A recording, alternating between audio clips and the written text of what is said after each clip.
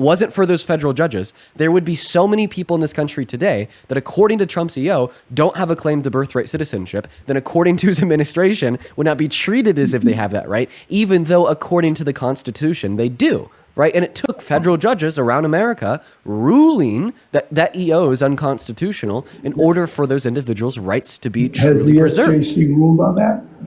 The Supreme Court has not made a ruling on that EO, and matter of fact, they don't even need to, right? Because the federal judges already have, right? So you should be thankful to federal judges, right, for protecting the constitutional rights of individuals in this country. Now, the question I have for you that you have not answered yet is, why do you support Trump as president? That is the question on the top of the screen that I would like to hear. I'd be happy to give you a few things. One, I'm very happy the way he dealt with Iran. Two, I really am very happy that he had the vast majority, if not all, of NATO come to Washington, D.C. to meet to try to address the Hamas-Israel issue. I'm glad he was in Southeast Asia this last week. I'm glad he's meeting with Xi.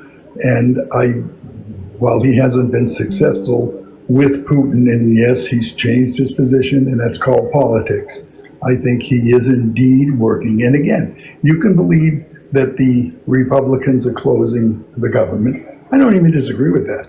But you know what? 5 senators could open the government as well. That's a choice. Neither one is good. Neither one is the savior of this country. But you can't sit and scream, people are starving, when if 5 senators, Democratic senators, said, you know what?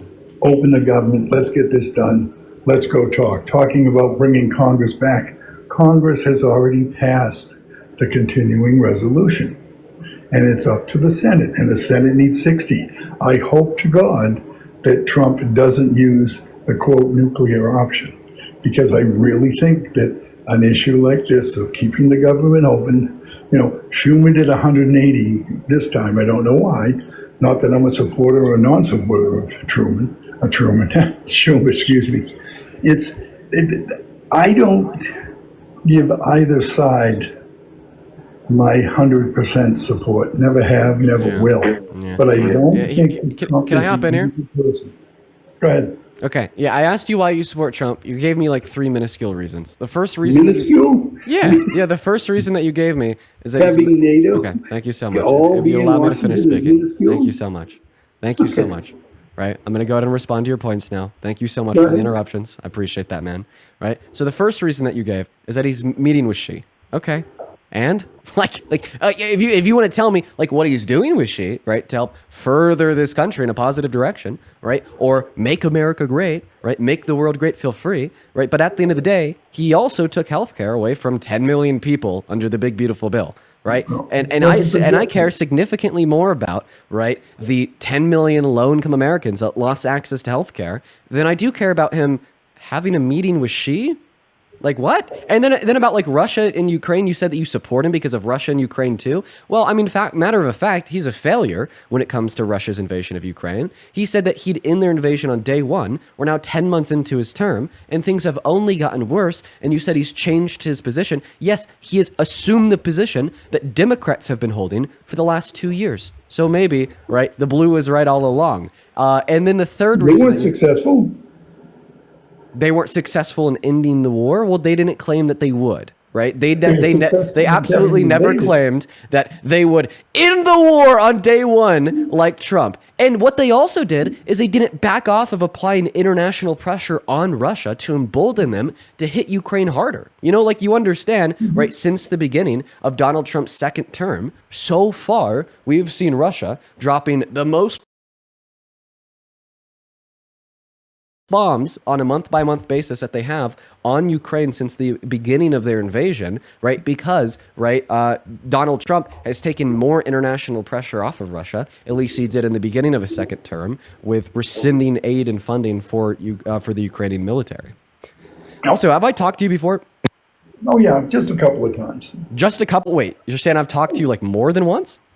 Yeah. Usually you... Yeah, well, I talked to one person one time. You're telling me that I've talked to you like multiple times. So unfortunately, I'm going to go and move on to the next guest just a couple of times. Jesus Christ. All right, let's go to get that next guest loaded up into the box here, folks. River, thank you so much for the 10 euros over on YouTube, who says, these Trump supporters can't do any basic research. They're in a cult. I pray this shit doesn't spread to the UK. I love what you do. Deem, keep at it, mate. Thank you so much, River.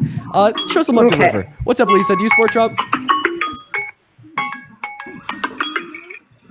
Lisa Johnson? Okay, Lisa Johnson is not with us.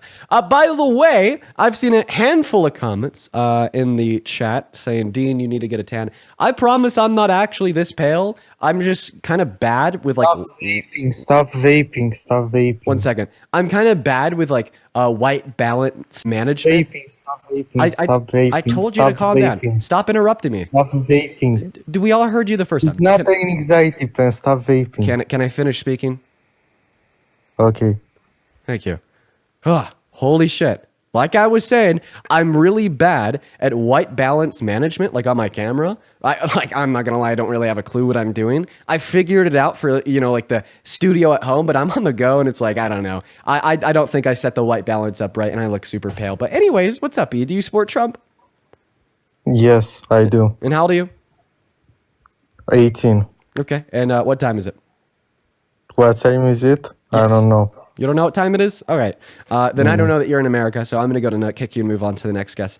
Let's go to get that next guest loaded up into the box. While we do, thank you so much, Lenny, for the 20 euros over on YouTube Super Chat. Thank you so much, Lenny, who says, free Palestine, free Ukraine, free the USA. I'm going to add one more on there, free Sudan.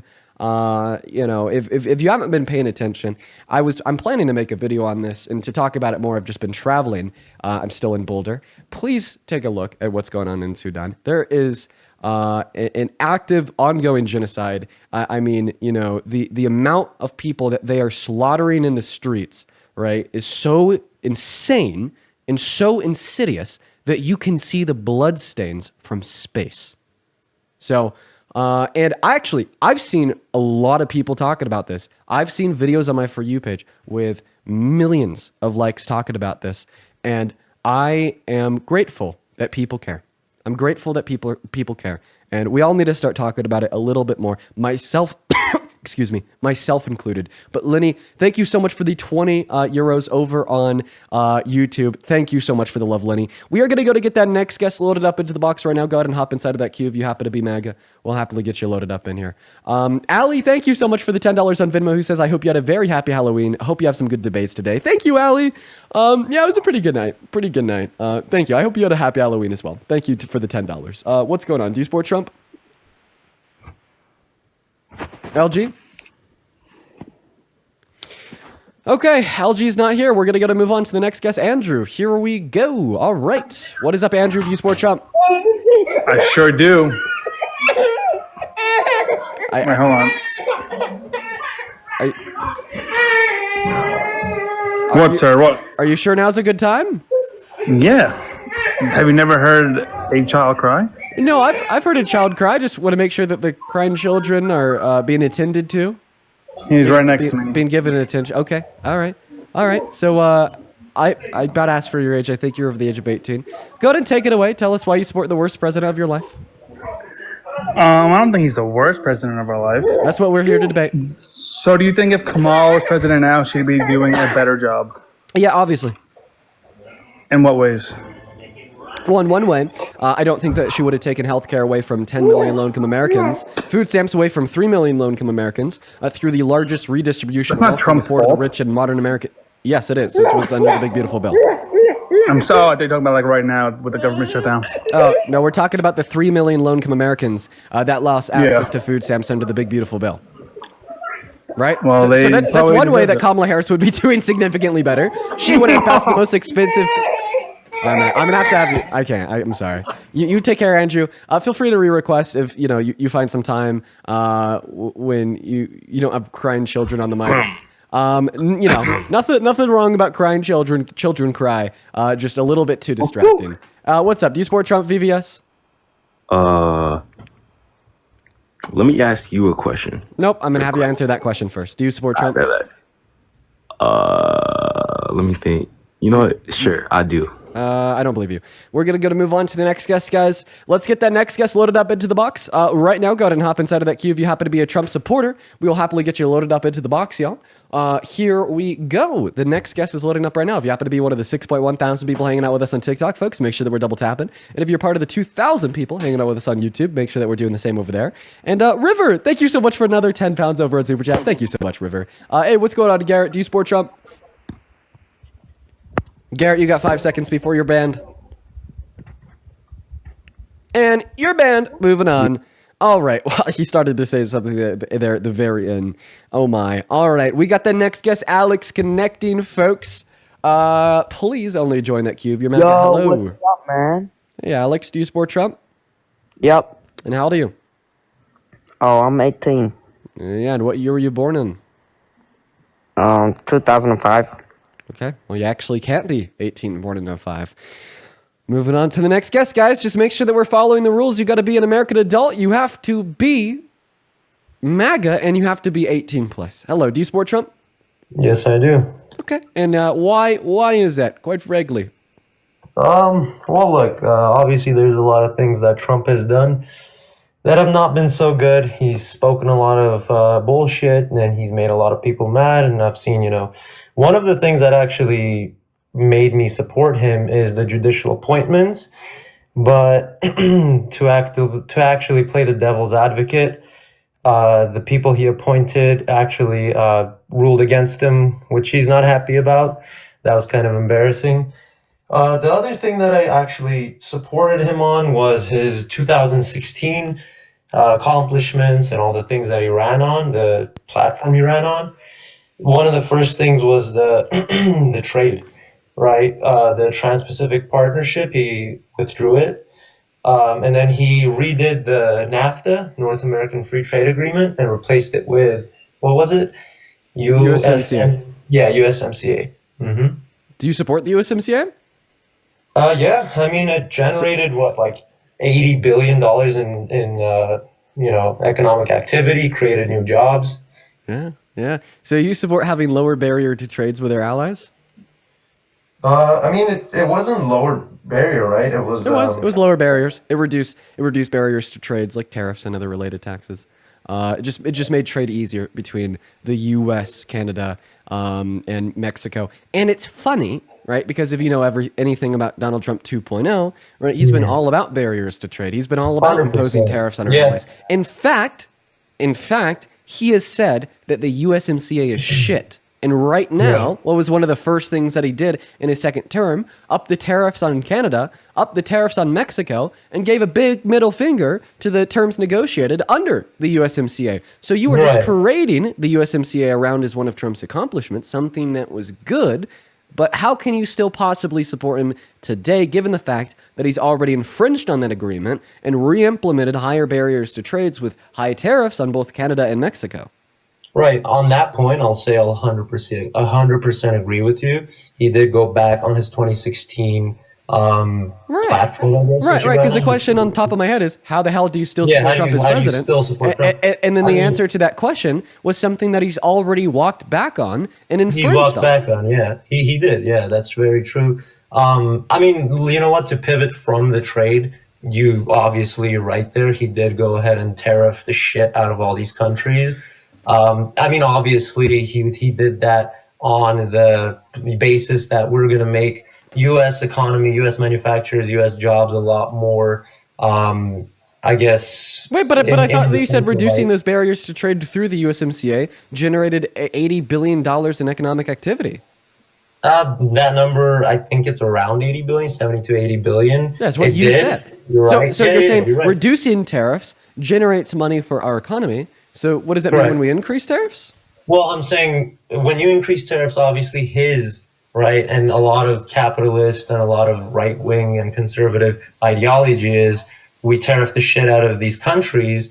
That in turn will make U.S. manufacturers be a lot more useful and I guess used by the companies. So explain to me how this could be the case. Explain to me how reducing barrier to trades generates economic activity in our country, but then increasing barrier to trades also generates more economic activity in our country. I don't think that those two things could be true at the same time. Okay, it can simultaneously be true that lowering our tariffs on Canada is beneficial to the American economy, while it is also true that apparently increasing our tariffs on Canada is beneficial to the American economy. That serves a contradiction.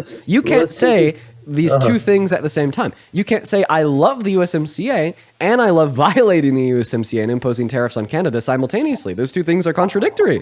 All right, so let's put it this way. Let's say a distributor in America buys aluminum from China. Well, I'm so sorry. Could you just respond to what I just said? Could you address my argument that you can't say those two things simultaneously? They're contradictory. Yeah, but here's one thing that I can pretty much put as an example, right? Well, I don't want an example quite yet. Can you just affirm or deny that this is contradictory? Yeah, it is. It's very contradictory, right? Okay, so then you admit that you have a contradictory argument. Yeah, no, but I'm not arguing that. I even agreed with you that he went back on his 2016 USMCA deal, and he's tariffing the shit out of people, right? I completely agree. But with are you on arguing that the tariffs are beneficial? The tariffs are not beneficial. I believe they're not. That's why I first said the USMCA. What he did with NAFTA, changing it to USMCA, was a great thing. Now he went back on it, and he kind of screwed it up. But let me give you an example on why a tariff might be beneficial. Well, since we could agree they're not beneficial, we don't even need to have that conversation since we don't disagree. So now that we've agreed that Donald Trump's tariffs are harmful, how the hell could you still support him as president today? I mean, look, that's not the only thing that I support him on. I said, you don't support him at all on that because you think that it's wrong and harmful. Well, I mean, just to put it out there, the example was distributor in America buys aluminum from China. China gets tariffed. Obviously, the distributor is the one who pays that tariff. It's not the country of China that pays it, right? So if the distributor looks towards American domestic manufacturers, that will, in fact, actually, they'll make, American manufacturers a lot more useful, right? Now you're debating against yourself. No, I'm not. Yes, you are, because you just got done saying that his tariffs are harmful, and now you're saying that they're useful. So which I'm one not saying they're useful. I'm not saying that. I'm saying what? That's literally the word that you just used. Literally, the example that I'm giving is devil's advocate of why they would think that they would. Okay. But you admit that you don't agree, and that you don't. I don't agree. Yeah, okay, I don't agree. And the question is, how do you support Trump? How do I? Okay. Honestly, I'll tell you this. The 2016, I'm going to go back on it a lot. The 2017, actually. Well, remember, the question is, why do you support Trump as president today? I'll tell you this one right now. So the main reason why I actually supported Trump, the reason why I voted for him again in 2020, was obviously what he was running on, and it was the proof of what the 2017 presidency came from, right? So it was the deregulations and then the tax relief. So when he signed the Tax Cuts and Jobs Act, more than 6 million Americans got wage increases, bonuses, benefits thanks to these tax cuts. And I think typical average family, American family that made a household a total of 80 to 90,000, got more than $2,000 in tax cuts, and they got double the standard deduction. That made the first 24,000 earned by a married couple, I think, completely tax free, if I'm not mistaken. Just let me know when you're done, and I'll respond. I'm done. Okay. So you support him because you think that the Tax Cuts and Jobs Act was beneficial. I'd give the Tax Cuts and Jobs Act. We have got to the point where literally any. Sorry, I'd give the Tax Cuts and the Tax Cuts and Jobs Act a big ol' C-. The reason why I would give that to the TCJA is because although it helped the average American, 80% of the cuts in the bill went to members of the top 1%, and it costs close to $2 trillion. But anyways, right, the Tax Cuts and Jobs Act is not the tax policy that he passed this time around, okay? Because in addition to the TCJA, under the Big Beautiful Bill, including in consideration of all provisions, according to the Center on Budget and Policy Priorities, right, the purchasing power of 156 million American citizens is going down. According to the CBPP, if you make at or under $51,000 per year, you are at the end of the day going to be worse off because of the big beautiful bill. Not to mention the fact that that same bill is economic policy of Trump 2.0 this time around, kicked 10 million people off of health insurance, 3 million people off of food stamps, and it was single-handedly the most expensive piece of legislation that has ever been passed in this country, clocking in at $4.5 trillion. I mean, like the question is like, how do you still support Trump? To this current day right now, obviously everybody's support is wavering. The reason I brought the TCGA up was actually like you gave it a C minus, but it did actually, increase the standard deduction, right? It did lower tax rates. It expanded the child tax credit. Right, but keep in mind, Donald Trump has passed new economic policy since then. He passed the Big Beautiful Bill, and the Big Beautiful Bill was terrible. Right? Do you agree? Right. Yeah, completely right. I completely agree. Okay, so then you wouldn't still support Donald Trump as president if you care about economic policy, and he passed a terrible piece of economic policy as his tax cuts for Donald Trump 2.0. I mean, would you agree that these policies actually benefit small business in America? No, actually, I completely disagree with that. And the reason why I'd say that is because, well, Donald Trump replaced the progressive corporate tax rate with a flat corporate tax rate. So on small businesses, it in fact made their corporate tax rate go up. Not to mention, I think that his tariffs are also incredibly harmful to small businesses because small businesses, they don't have the ability to spend the billions or millions of dollars on the infrastructure to make the raw materials required to produce their goods in America. So they're reliant on raw materials, for the most part, produced outside of America. And now because of those tariffs, those raw materials are going to be significantly more expensive for them, meaning that they are going to have to sell their goods for a higher price or go out of business. And, if they don't go out of business and they sell their goods at a higher price, well, then they're going to have less individuals buying their goods, right? And their company is going to operate inefficiently since they're selling their products for a price beyond that of equilibrium, right? But so just to clarify where we're at today, you told us that you support Trump because of his economic policy, but his big beautiful bill, the big economic policy, the Trump economic policy, right? You agree was terrible, and now I've been able to give you an explanation how not just that economic policy and his tax reform, but also his other policies such as his tariffs, right, are incredibly harmful to small businesses. So how the hell can you still support Donald Trump, given that you've actually agreed to these things? Yeah, I mean, look, a lot of the things you're saying obviously are a lot well versed on than I am, better versed on than I am. The one thing that I was actually going to bring up with TCGA and the Big Beautiful Bill was Section 179, right? Expensing for small business, I think permanent. Well, and it was a temporary expensing for some qualified businesses. And it was actually a good addition that would, need to be made permanent for long-term economic growth. It brought stability to individual income tax, and it actually secured the extension of the rates and brackets of the 2017 individual tax cuts for household and businesses, right?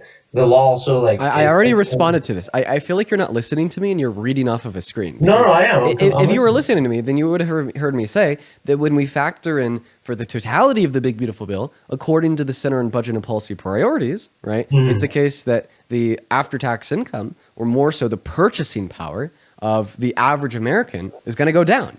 Right? If you make at or under $51,000 per year, your purchasing power is going to go down. Meanwhile, the purchasing power of everybody making over that dollar amount goes up, and it goes up disproportionately more compared to your income, the more money that you make. It is the largest redistribution of wealth from the poor to the rich in modern American history. Mm-hmm. I mean, and then when I was talking about helping small businesses, and you said it didn't. Can you respond to that very specific point that I just made? Right, yeah, you're completely right. It is redistributing the wealth from the rich to the poor, and no, from the poor to the rich. So yeah, sorry, from the poor to the rich, and then so you don't. Do you support a redistribution of wealth from the poor to the rich? No, obviously not. Okay, so then you don't support the Big Beautiful Bill, right? The Big Beautiful Bill has a lot of components that I don't support. Just all things considered, right? Do you think it's more harmful than beneficial, or do you think it's more beneficial than harmful? I mean, I think it's more harmful than beneficial, honestly. Okay, so then you'd argue here that all things considered, if the Big Beautiful Bill wasn't passed, things would be better off. Therefore, all things considered, if Donald Trump wasn't elected in November, America would be better off. I mean, look, this is the point that I hate about the Big Beautiful Bill. Obviously, in addition to what you said, it spends a lot, like way too much money on this. Oh, wait, I don't know how we got onto expenditure. I want you to directly respond to the last point I made because I feel as if that the last he's point worse just for ended America. the debate, right? I feel like that was the debate ender. You told me that the Big Beautiful Bill, all things considered, is bad, implying that if it wasn't passed, all things considered, America would be better off. Therefore, if Donald Trump was not elected, right, America would be better today.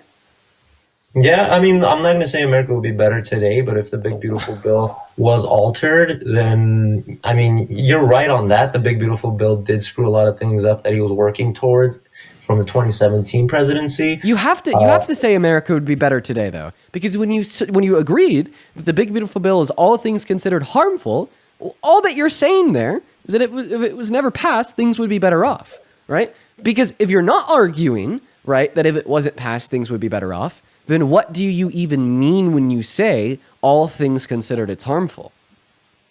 All things considered, it's harmful. It means like majority of the things that are in the Big Beautiful Bill are not good, but there are a few things. Right. in there Therefore, if the Big Beautiful Bill was never passed, things would be better off today, correct?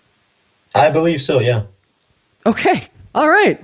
Okay. But you say so overall, perfect. Trump is So bad for here's America, what we know. Here's what we know so far about you. So you think that if Donald Trump's biggest bill ever never passed, things would be better off today. You think if Donald Trump's tariffs were never passed, things would be better off today. So how the hell can you still support Trump as president today, considering the fact that the main things he has done so far in the last 10 months are things that you vehemently disagree with?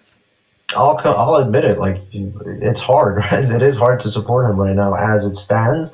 The only thing that keeps my support for him is the fact that the promise from the 2017 presidency and the economic growth from that and the tax cuts and everything that he did well from there was actually a beacon of hope for this presidency. It is becoming increasingly hard Wait. So when you're saying it's becoming increasingly hard to support him, do you still support him?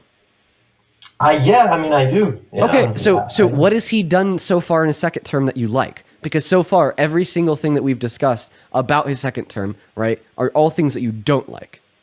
You know what? The main thing that's kept me on Trump's side is the foreign, the foreign and domestic. The foreign part has actually made me a lot more. Okay, I guess, what foreign policy? Could you be a little bit more specific? let me just say this. Look, he is not bad. I'm not gonna say he's good, but he's not bad for the foreign. What I mean is like the wars and everything going on in the world. Tell me one foreign policy that he's passed that you agree with. Tell me one thing that he's done right on the global stage. One thing that he's done, let's just say he's put an end to a 30-year conflict between Armenia and Azerbaijan, right? He's done that one. He put an end to, I mean, he didn't put an end to, obviously. I'm going to say this. It was broke. The ceasefire, he at least attempted to, and he got semi-successfully in the beginning. Obviously, it was broken after by both parties, Israel and Palestine. And to actually tell you, I am more in support of Palestine than I am of Israel. But he did. Hey, are you racist? No, why? What's this? What is it? I don't know what that is. Just, I have no idea what that is. That's one of your reposts.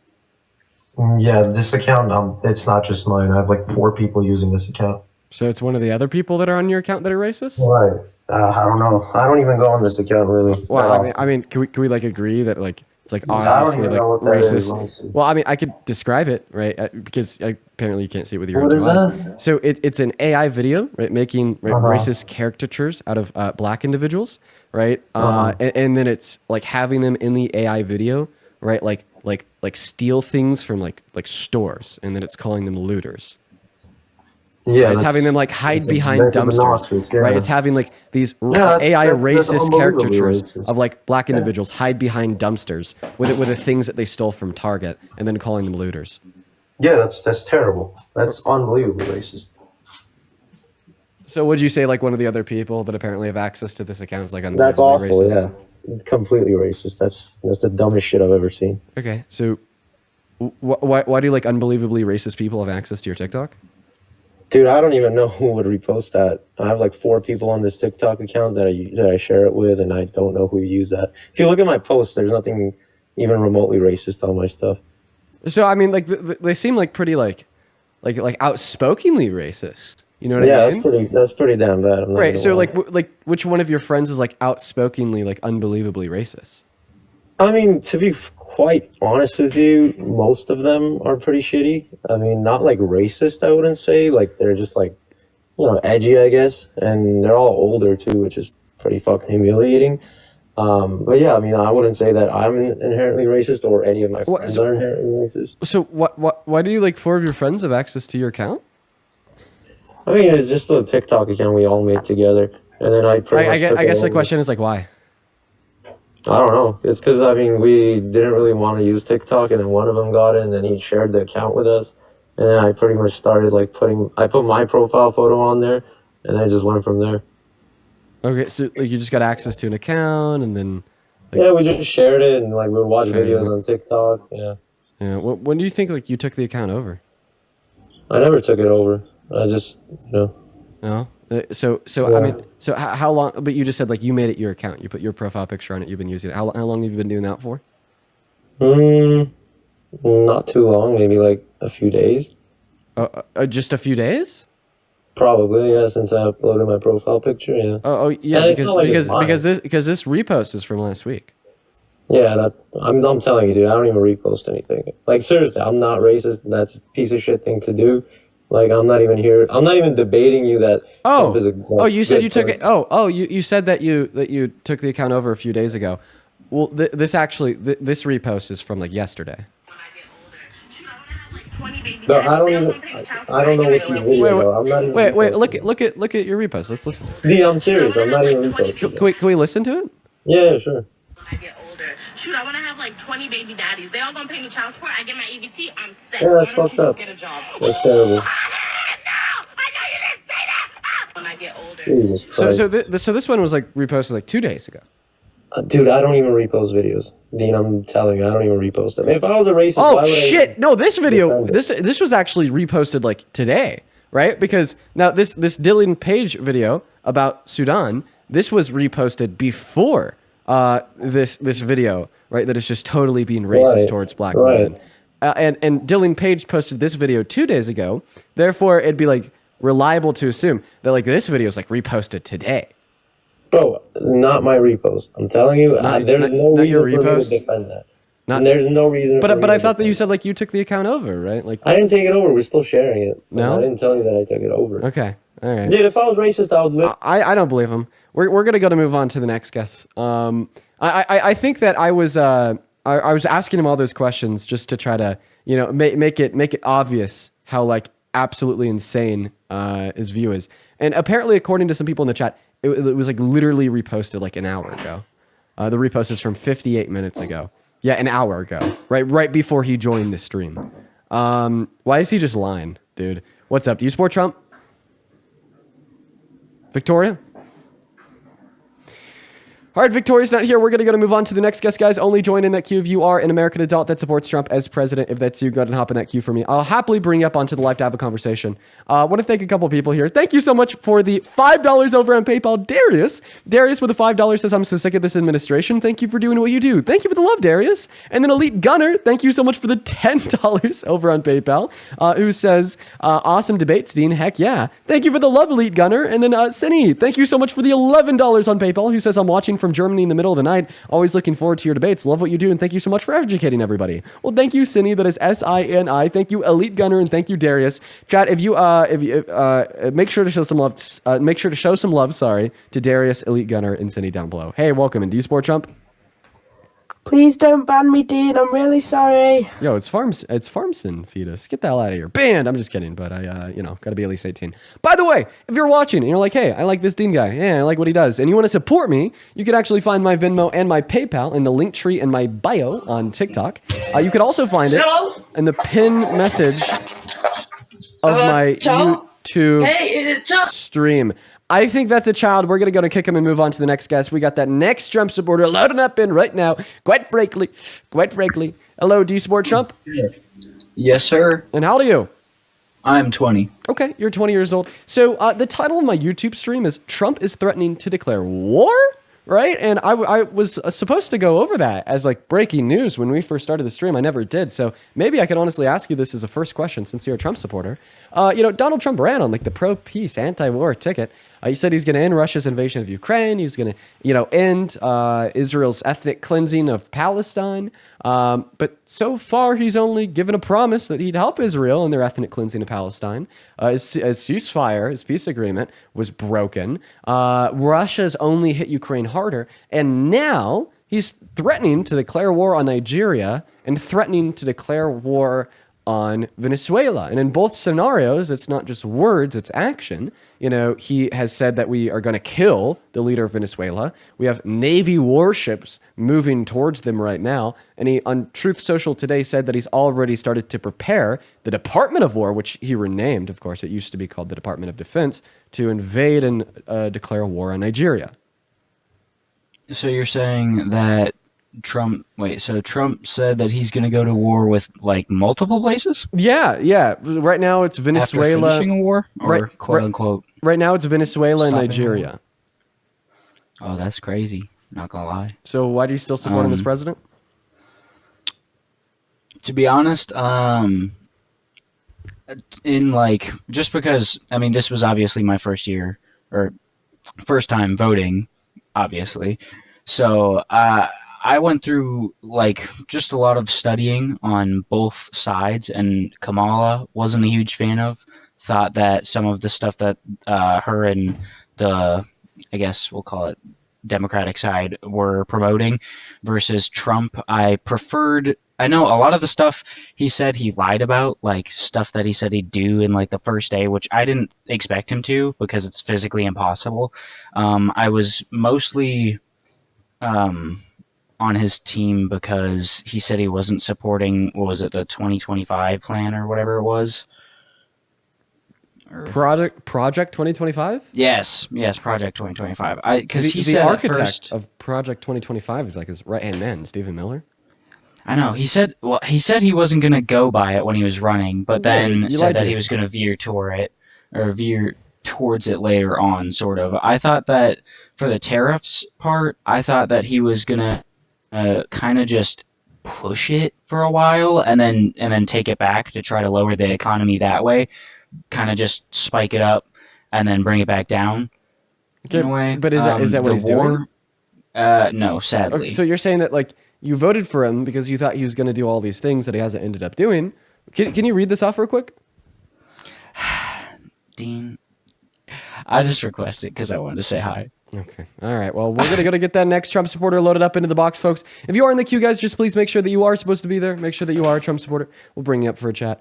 Ruth, thank you so much for the $10 on PayPal. Ruth with the $10 says, sending love and a small donation from a boomer who loves watching you school MAGA. Well, thank you so much, Ruth. You are awesome. Chat, show some love to fucking Ruth down below in that comment section. Thank you so much. As well as Jude, thank you so much for the $8 over on Venmo. And Brianna, thank you for the $10 on Venmo. Brianna says, quote unquote, I liked his policies from his first presidency. Sounds like somebody who's in a shitty relationship saying, but he was good in the beginning. That's a good point, Brianna. Thank you so much, Brianna, Jude, and Ruth. And then Morgan, thank you for the $1 over on PayPal as well. You were awesome. What's going on? Do you support Trump? I'm not a Trump supporter. I just want to say, man, you are speaking the truth and keep doing your thing, brother. Well, appreciate you for that love, Alec. I will just go ahead and repeat for everybody in here, just to, make sure that we're, headed in a positive direction here. Make sure that you are only in the queue if you are an American adult. Fuck you, Dean. Long live Charlie Kirk, man. Fuck you. Okay, very nice. One moment. Long live Charlie Kirk. Fuck you, Dean. I heard you the first time, buddy. I'll beat your ass. Fuck you, Dean. You sound very angry. Yeah, long live Charlie Kirk, man. Charlie? Well, I'm not going to say that. Anyway, why are you so What are you angry? going to say? Say it. No. Don't worry about it. Fucking pussy. Just fuck you. Long live Charlie Kirk, man. Why are you so angry? Oh, you're a bitch. Oh, so I made you angry because I come on here and I debate people about why they support Trump? You're scared, Dean. You're scared. It sounds like facts piss you off. You're a goddamn snowflake. You're not speaking facts. Okay, then go ahead and give me a counter argument against one thing I believe in. Like for instance, let's hear your very sophisticated and intelligent response to this. You're a bitch, man. Fuck you, dude. That's the best counter argument I've ever heard. Best counter argument I've ever heard. Charlie Kirk. 10 out of 10. 10 out of 10. Best counter argument I've ever heard. All right, we're going to go ahead and move on to the next guest here, guys. Go ahead and hop inside of that queue if you happen to be an American adult that supports Trump as president. We got Victor loading up into the box right now. Elizabeth, thank you so much for the $10 over at PayPal. Appreciate you so much for the love, Elizabeth. Elizabeth with the $10 says, always watching your lives. I hope you had a good Halloween and a good day. Yes, I had a good Halloween. Thank you for the love, Elizabeth. It was pretty crazy. I'm not going to lie. Halloween gets pretty nuts here in Boulder, but it was fun. You know, that's why I came out here. Thank you so much for the $10, Elizabeth. What's up, Victor? Do you support Trump? Yes, sir. Age right now, Victor. 34. Okay, all right, sounds good. Tashina, thank you so much for the $5 on Venmo. Who says, am I a boomer at age 49? I love what you're doing. Well, thank you for the love. And actually, no, you're not a boomer. So the last year, in order to qualify as a boomer that you could have been born in is 1964. So if you were born in 1965, or you know, in a year, you know, after 1965, then you are not technically a boomer. What year were you born in, Victor? Victor, what year were you born in? 1991. And what's a popular band from the early 2000s? 91.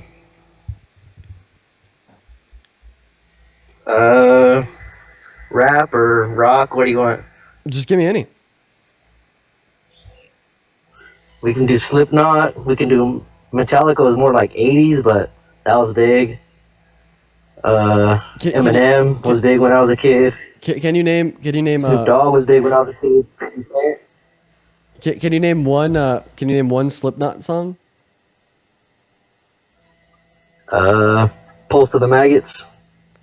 That sounds like the name of a Slipknot song. I believe you. I believe you. Go ahead. Tell us why you support. I'm 34, bro. I just turned 34 in July. Yeah, I believe you. I believe you. I do. Go ahead. So, I mean, I support Trump. I mean, he's all for crypto. I'm all for crypto. He's going to pump the shit out of the stock market, pump the shit out of the crypto market. He gave all of us an opportunity to buy in to stocks and crypto. Like, he put it all on sale for us to buy. And the Democrats complained about it. Are you talking I mean, look, you guys have the government shut down.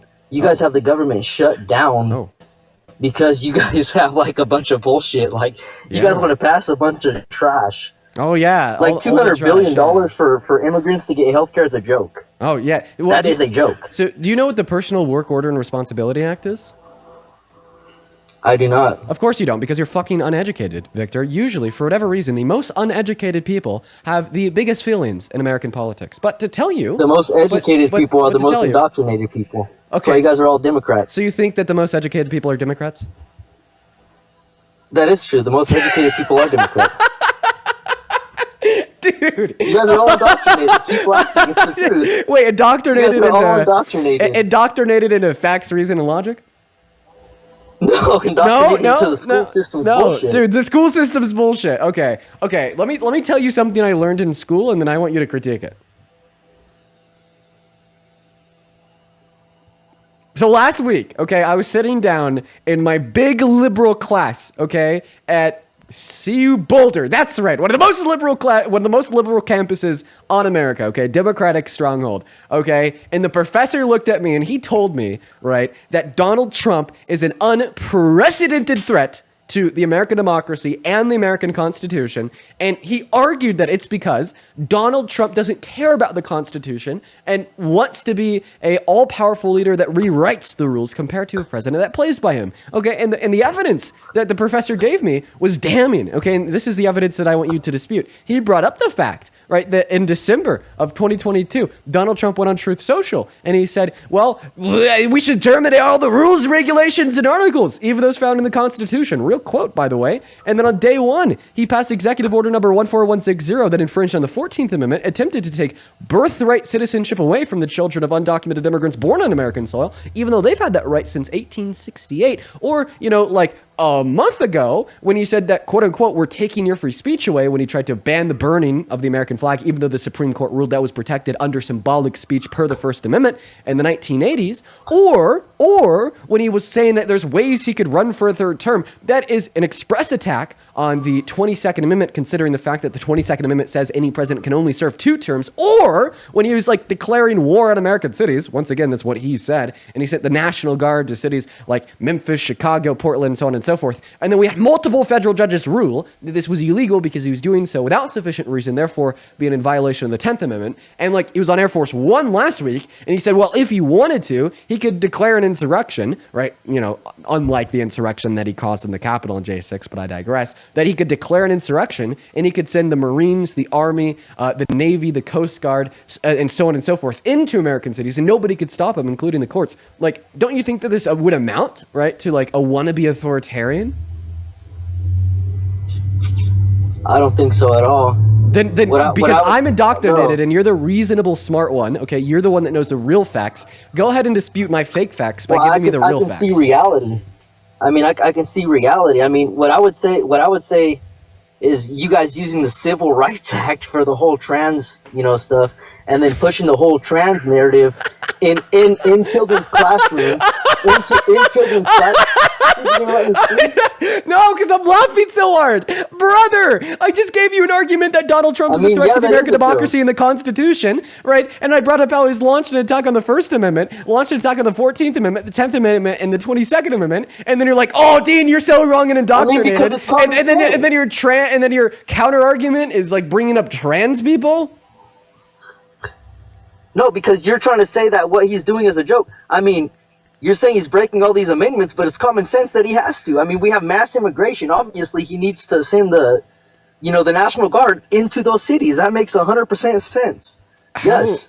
How is the National Guard combating, quote unquote, mass immigration in these cities?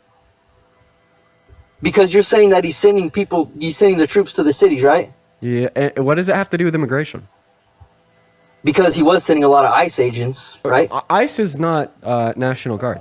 You just said because of mass immigration, he's sending the National Guard into these cities. Oh, my bad. I mean, he's sending the ICE agents. Oh. That was a big thing that you guys were complaining so then about. you're definitely not responding to what my argument was. Okay. No, and I agree that those cities and by the way, have the high violent crimes. What you just said, by the way, is that it's okay for Donald Trump to infringe on the supreme law of the land, the Constitution.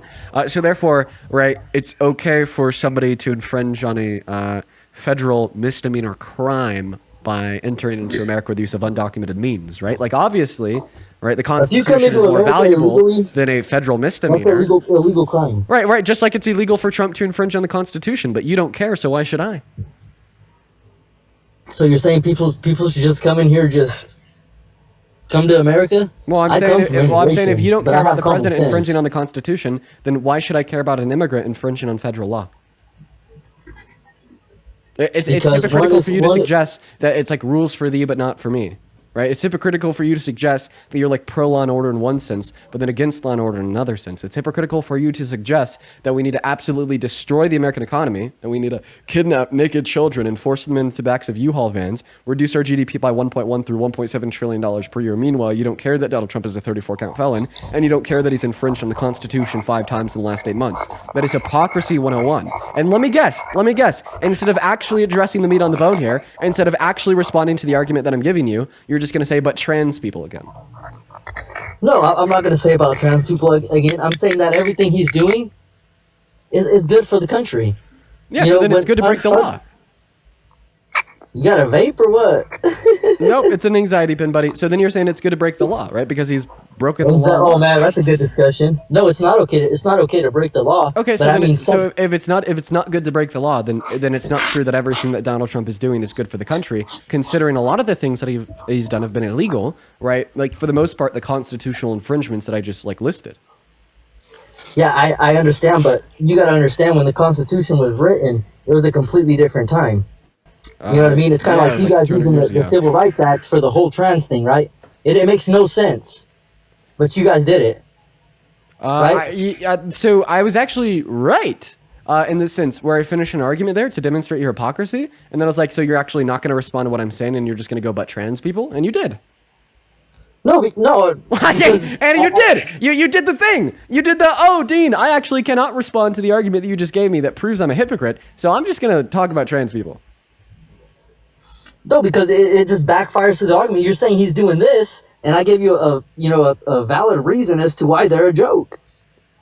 What? Wait. So you're saying that you think a counter argument to me being able to point out your hypocrisy by saying in one breath that it's actually good for the president to violate the Constitution, yet in another breath, Yes, it is. Yes. Yet in another breath, Because we're in a completely different time than when the Constitution was written. Okay. Okay, completely different time. We got mass immigration. So the Constitution is what? A living, breathing document.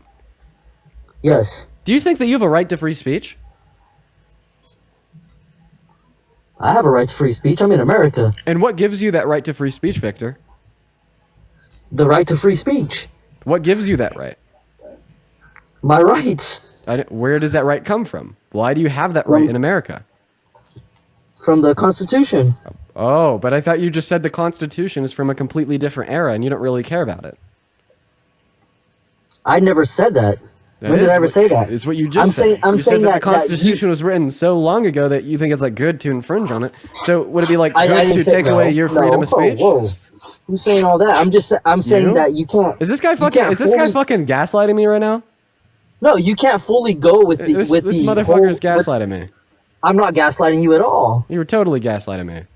I am not gaslighting you whatsoever. I absolutely I'm sorry that Victor. you feel like I'm gaslighting you. Do you feel like you're getting roasted or something, my man? I feel like Chill, you're trying to gaslight me. You're trying to gaslight me. I'm not trying to gaslight whatsoever, my man. Well, then take accountability for the fact that you said that you don't care about the Constitution. You think it's good for the president to infringe. I never once said that. I just said that. Yeah. Okay. Then you are gaslighting. Okay, you understand we're in modern day. No. You understand that there's people like watching this conversation, right?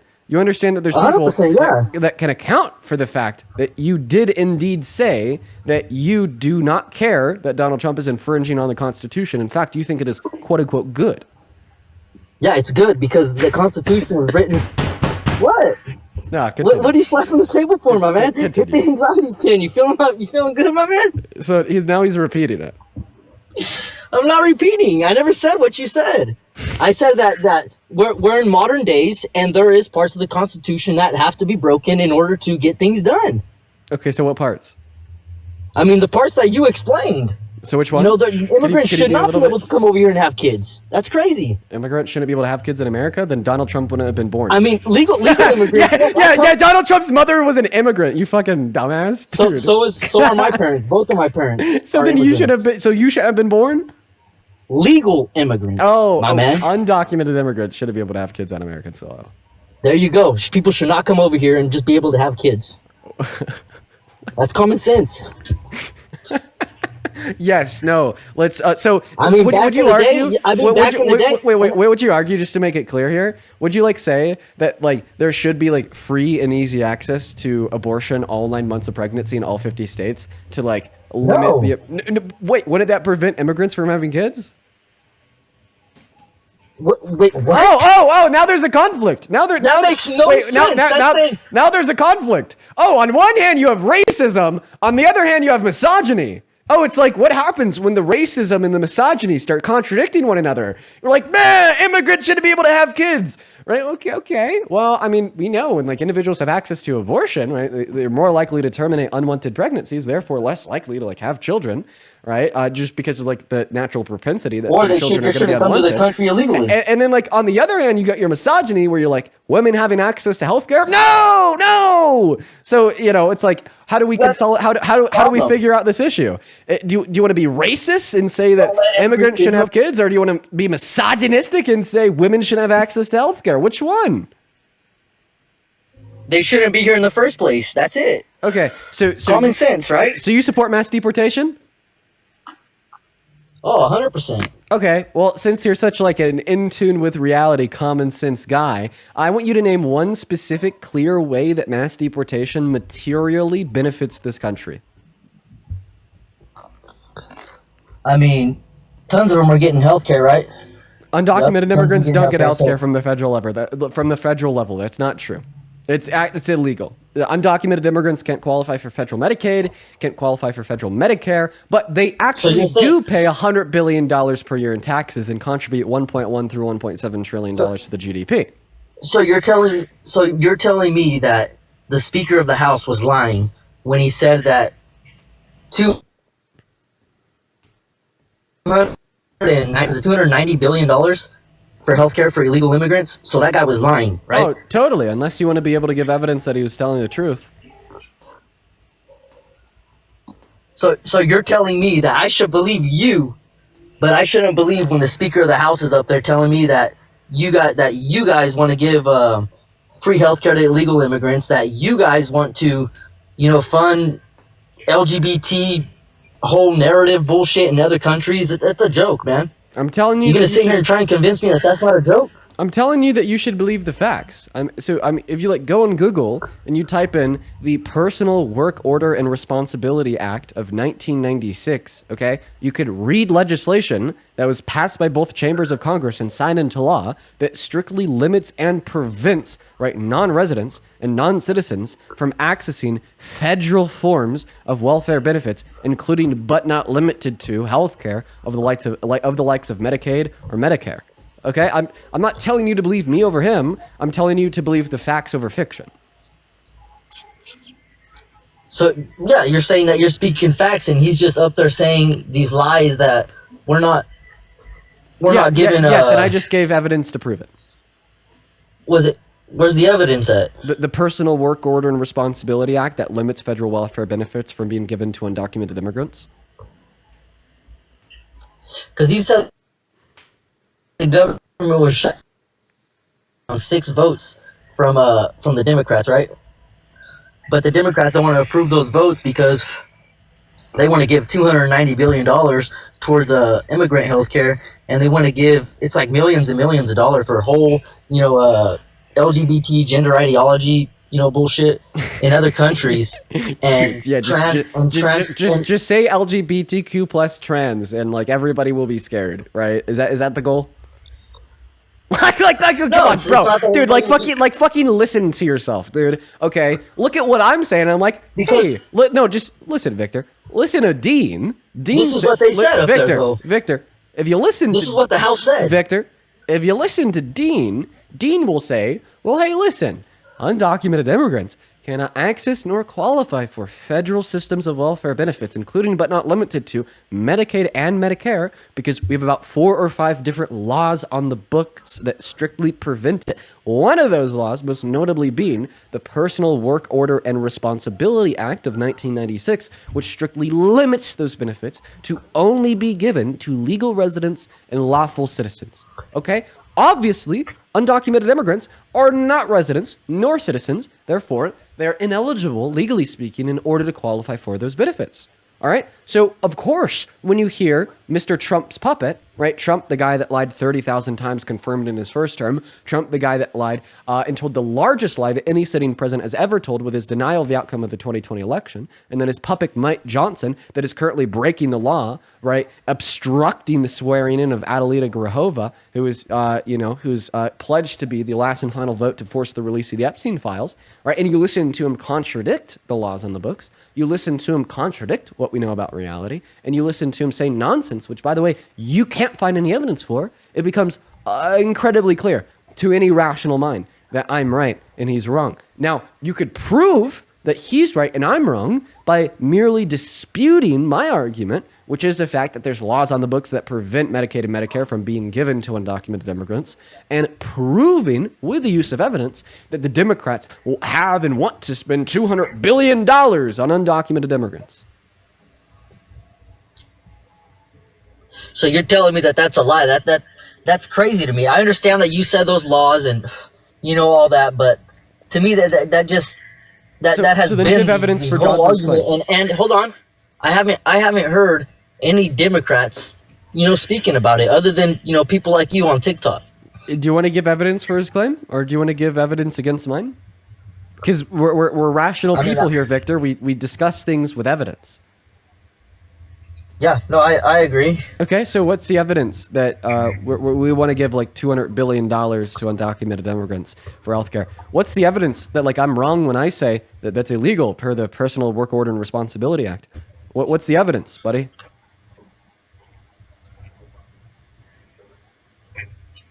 Well, I'm not saying I have evidence. What I said was that's what he said, and why I should believe you over him. Okay, so you don't have any evidence. So you're gonna tell me? So I just want to clarify. What you're saying is that you don't have any evidence to believe that he's telling the truth.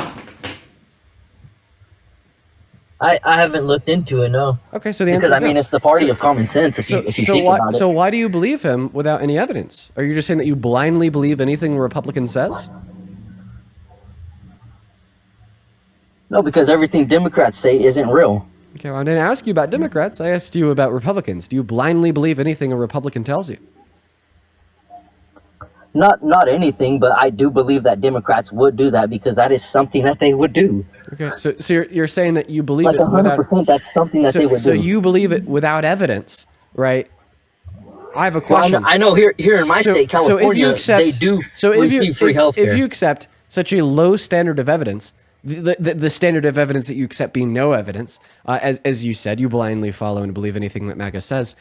Do you therefore also accept that Donald Trump raped E. Jean Carroll because there was enough evidence to convince a court?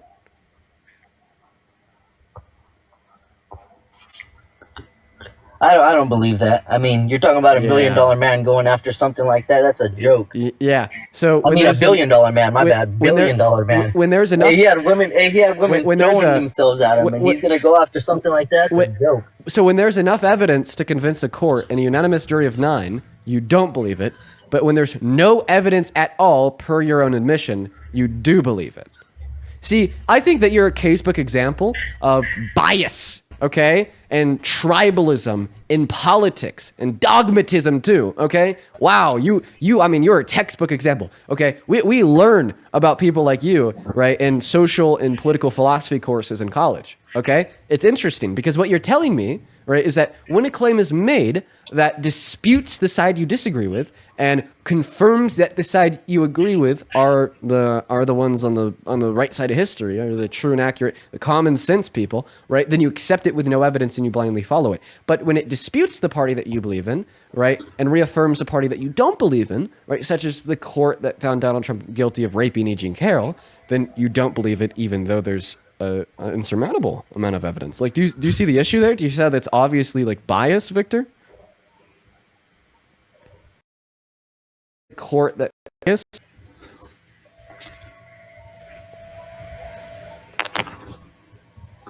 Well, while he ponders on that one, Stacy, thank you so much for the $13 over on PayPal. Stacy says, I'm a 57-year-old grandma from a small town in West Texas. Let me go and read her message here. And I appreciate your voice. Thank you. Well, thank you, Stacy. Chat, show some love to Stacy down below, as well as Nathan with a 5 over on PayPal. Thank you, Nathan. And then Jessica, thank you so much for the $10 on Venmo, who says, I love you. You're such a great person. I'm happy to have somebody that educates me and helps me become a better person as well. Keep going. Thank you. Thank you so much, Jessica. That is so fucking kind. And then Allie, thank you so much for the $20 as well over on Venmo. Thank you so much, Allie. Show some love to Allie, show some love to Jessica, and show some love to Stacy. If you're watching and you want to support me, you want to support what we do here, you can find my Venmo, my PayPal in the link tree in my bio on TikTok and in the pinned message of the YouTube stream. In fact, Victor, could I get a big W from you for those 3 donors?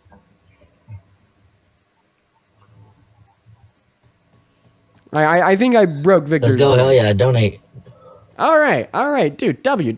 Now, do you want to respond to my last common sense argument that clearly described and pointed out your bias?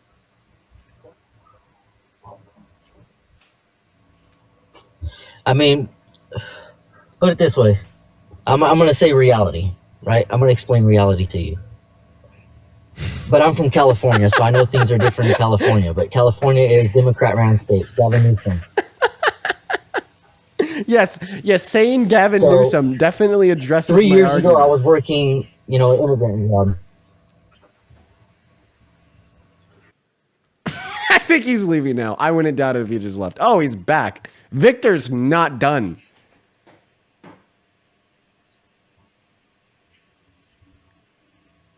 Victor?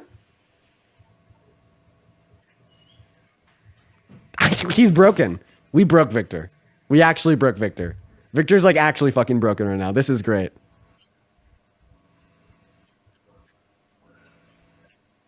I have a question, Victor. Is your wife an undocumented immigrant?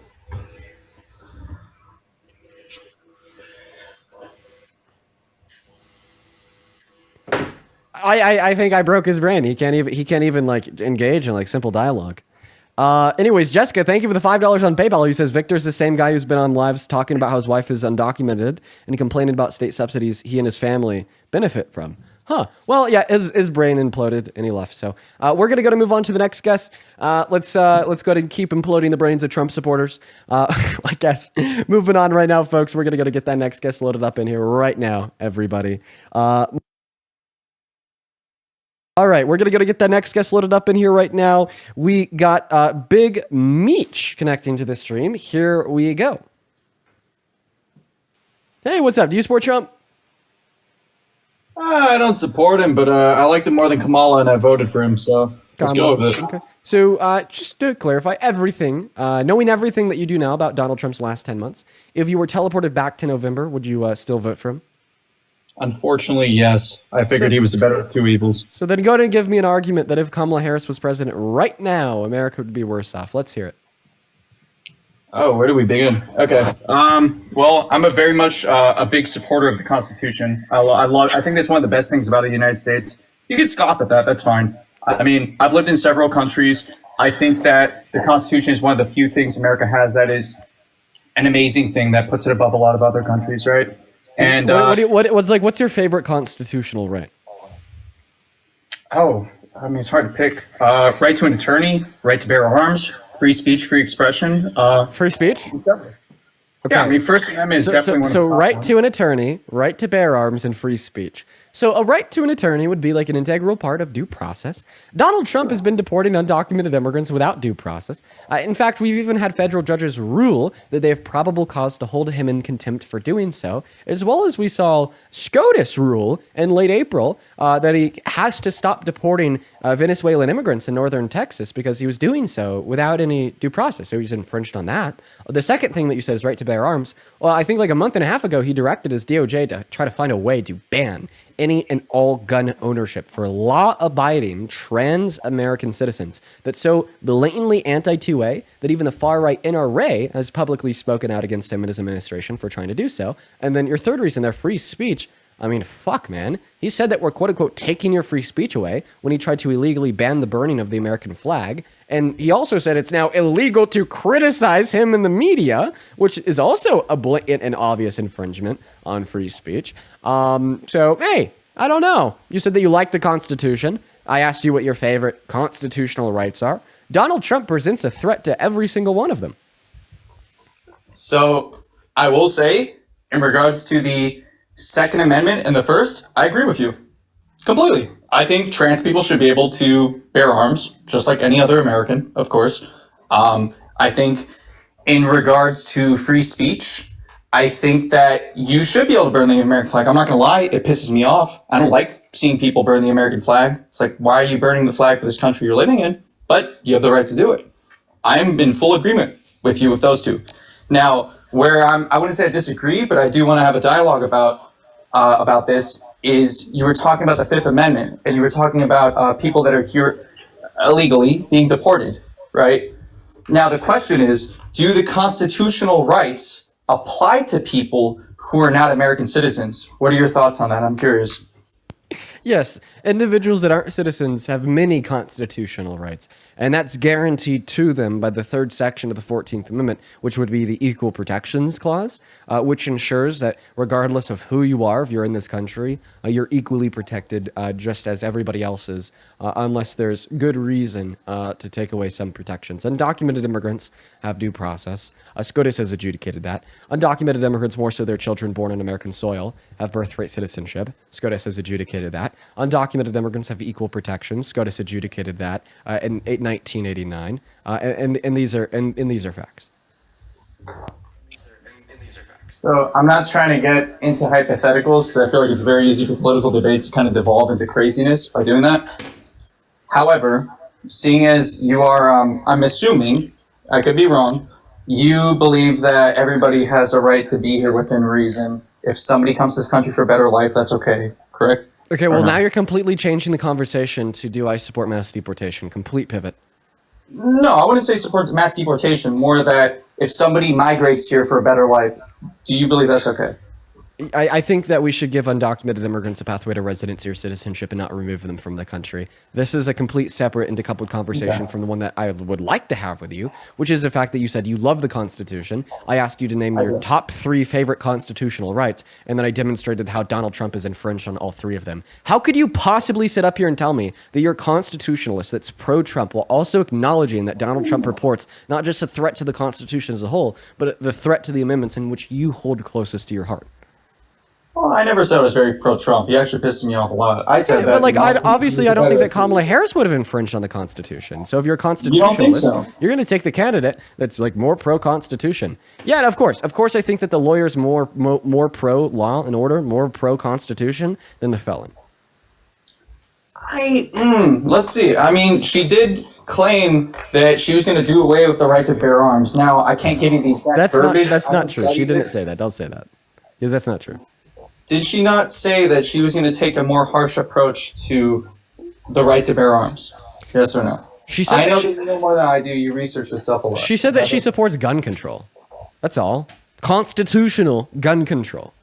Right, but let me ask you, like, at what point, like, what does that entail exactly? It's kind of like the mindset of, like, when people say, oh, we want common sense gun reform. That sounds nice in theory. What does that actually entail, though? And the way it would actually be your argument to demonstrate what exactly her gun control policy would have entailed than to demonstrate how it's unconstitutional. But even if you could demonstrate that Kamala Harris was a threat to the Second Amendment, right, this actually still leaves Kamala Harris as the more pro-constitutional candidate, considering the fact that you've already agreed that Donald Trump is a threat to the Second Amendment and the First and the 14th and the 22nd and the 5th. To be fair, Dean, you could pick any president in the past couple of decades. I can pick apart certain little actions they performed that were quote unquote unconstitutional. I mean, let's be real. This isn't a partisan thing. It's more than just doing things that are unconstitutional unknowingly than being checked by the checks and balances.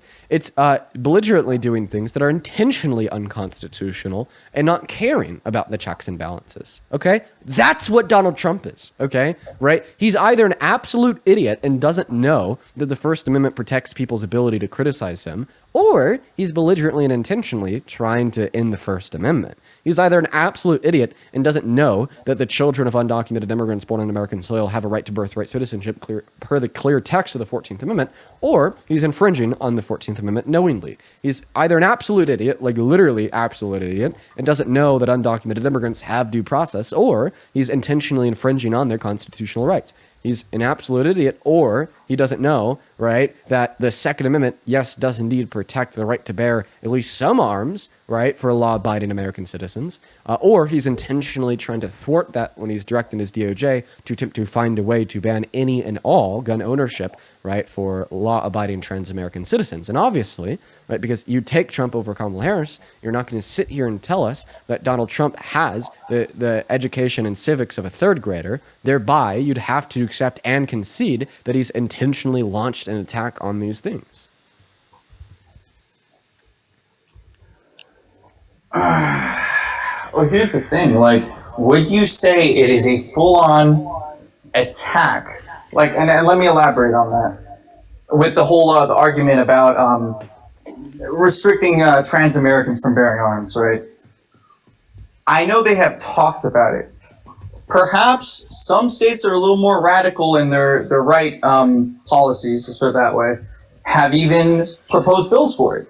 However, has there been anything that has legitimately had a shot of actually going into motion, being written on paper and being a thing, of removing, like restricting trans Americans of their rights in that sense, for that specifically? Like adult trans Americans of their right to bear arms? No, because it's unconstitutional.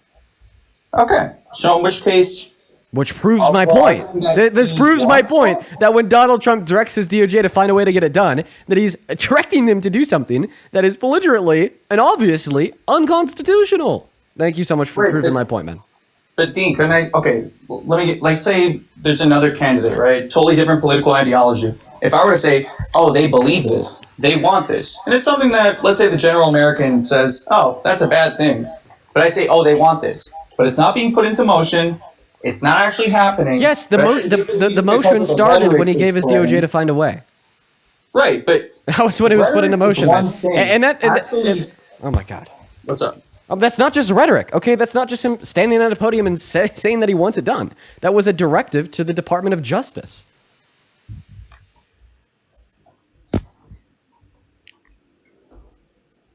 I don't know. I guess the way I'm looking at it is more so like... Right, and that's not the only thing that he's done that's unconstitutional, right? Like, do you remember his attempted coup of the 2020 election? Do you remember when he tried to steal that from Joe Biden, arguing that, well, they stole it first, and then he sent the fake slates of electorates to 7 different key swing states with votes saying that, like, their states actually voted for Trump, when in all reality they voted for Biden, and then he told them to send those fake votes back to Congress to, like, install himself for a second term against the voicing of the vote of the people, right? Oh, yeah, how is that for, like, an unconstitutional, anti-American directive of action? I mean, I will say, man, you're going to love this because it's going to be good for your engagement, I suppose. But listen, I'm not one of those people that's like, oh, yeah, they stole it from him. I will say I think he handled that extremely poorly. It's not just extremely poorly. It's anti-American. It's not just extremely poorly. It's something in which contradicts the values that you said you hold near and dear. I'm for democracy, you know. And by the way, you're also contradicting yourself on another notion, right? Because when I brought up Donald Trump's directive to the DOJ to find a way to ban any and all gun ownership for trans Americans, you said that you don't take any issue with it because it's just words. Okay, so what more? What's something more? With it in the sense that he's not actually doing that. So then, what's something more than just words that Kamala Harris did to infringe on the Second Amendment, per your suggestion? You got a good point in that. However, right, exactly. You're contradicting your own logic. You're contradicting your own logic. Yeah, but she didn't get elected. That's she lost the election because stupid people like you voted for Trump, even though he stands against the values that you hold near and dear. The first thing that you said when you joined up was that you care about the Constitution, but somehow you still support Trump as president, even though he's infringed on the First Amendment. You still support Trump as president, even though he's infringed on the Fifth Amendment. You still support Trump as president, even though he's infringed on the 14th Amendment. You still support Trump as president, even though he's called for the termination of the 22nd Amendment. You still support Trump as president, even though he's infringed on the 10th Amendment. You still support Trump as president, even though in December of 2022, he called for the termination of all rules, regulations, and articles, even those found in the Constitution. You still support Trump as president, even though in 2020, he tried to coup and rig the outcome of a presidential election by arguing that he should be able to steal it, and he should be immune from any and all criminal repercussions since he was president when he tried to steal it, right? Like, you understand that it's just such an insane view. There's absolutely nothing that you can say except, I see, Dean, I concede, you're right and I'm wrong, that is going to make any reasonable nor rational sense insofar as how you can consolidate those two things. All right. Well, first off, I'm going to say you started off with something I didn't say. You put words in my mouth. Second, please don't be condescending. I have not been rude to you, and you called me stupid. I don't like that. I don't think I'm stupid. Listen, man, I'm so sorry. I have to be able to, like, be honest, okay? Right? And your thought process here is stupid. I'm sorry. That's a fact, right? It is stupid to say that you're pro-Constitution. Don't call me stupid. I disagree with you. I'm sorry. I'm okay. The tone policing is just something I'm not going to bend the knee to. I legitimately believe, and I will stand 10 toes down on the idea, that is absolutely idiotic, right, to call yourself pro-Constitution and then to support Trump as president in consideration of everything that I just said that he has done, intentionally so, that is either infringed on the Constitution or presented a potential infringement if he gets his way. Right, but Dean, and I'm not trying to, like, I hope this doesn't mess with your advertising or your promotion, like, you know, the monetary, like, the money you're getting from this, essentially, because I'm going to curse, but I don't think that, I'm not saying that Trump is like God's gift to the earth. I'm not one of those MAGA people. I'm saying that my subjective opinion is that I believe that while I don't like him, I think that he was ever so slightly the better choice than Kamala. Okay, how is Kamala Harris more anti-Constitution than Donald Trump? Where do I begin? Okay, like I said, she was vocally anti-Second Amendment. Now Trump, he behaves that way. He wasn't vocally. He is anti-Second Amendment. I'm actually with you with that. Maybe not tremendously. Okay, so I agree with you. I don't even need to give you a counter argument against this point then, since you think both candidates are anti-2A. Just scratch that one. Now you have to demonstrate how she's more anti-Constitution than Trump by pointing out some difference that makes her worse. Well, hold on. You're very much pigeonholing me into the constitutional thing, and I do. Right, I am. Explain to me how you think that Kamala Harris is more anti-Constitution than Trump. Let's hear it. What's the argument? I guess I wasn't going to go with that argument. I was going to go more with qualifications. However, I could make the same argument about Trump.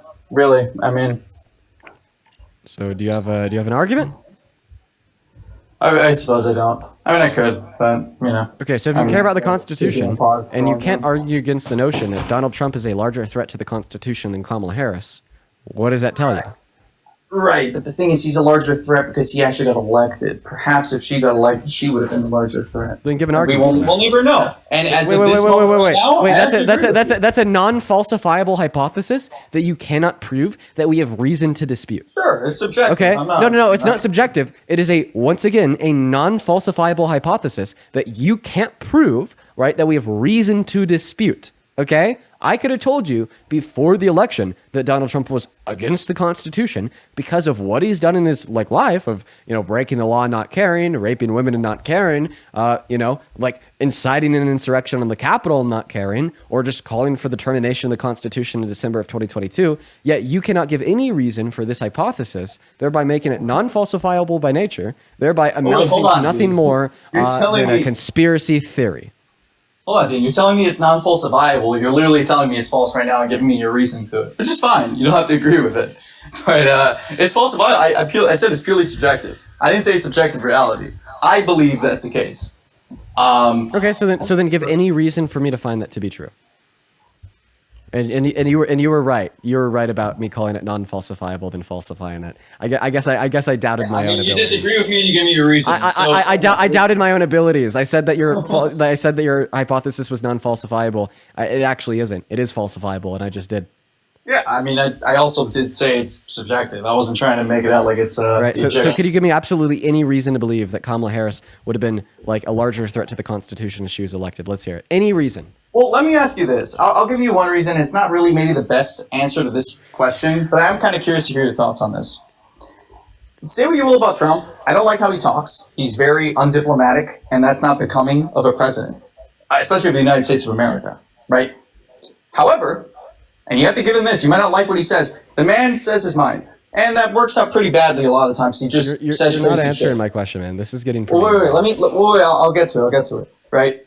Kamala Harris would get softball questions from the mainstream media, and she wouldn't be able to answer very basic softball questions. Now, that doesn't mean she can't be a good president. Yeah, however... I disagree with you, but this is a pivot.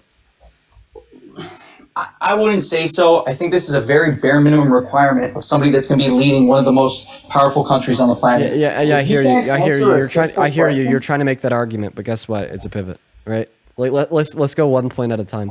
You're the one that said that you're pro-Constitution. Listen, man. Bottom line is you don't care about the Constitution, right? You don't care about core American values. You don't care about the future of this country. So stop saying you do, okay? And if you want to continue to say that you do, and you want to try to stand 10 toes down on the notion that you are a constitutionalist, then you are going to have to give some type of cogent explanation insofar as why you support, as a constitutionalist, the largest threat to the Constitution in modern American history as the president of the United States of America, okay? And you can't do that. So stop saying you're a constitutionalist. Yes, here's the thing. Hold on. You're going to say something completely unrelated and not respond to what I said. Go ahead. Listen. Let me ask you a question. And it is relevant.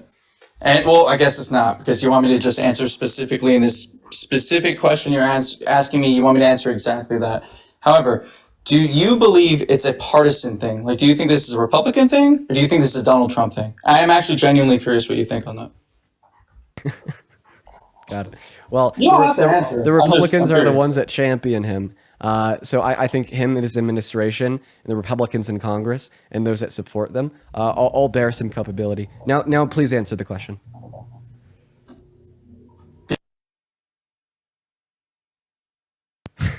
While he's on pause doing something, I'm going to go and thank a couple people here. Let's see.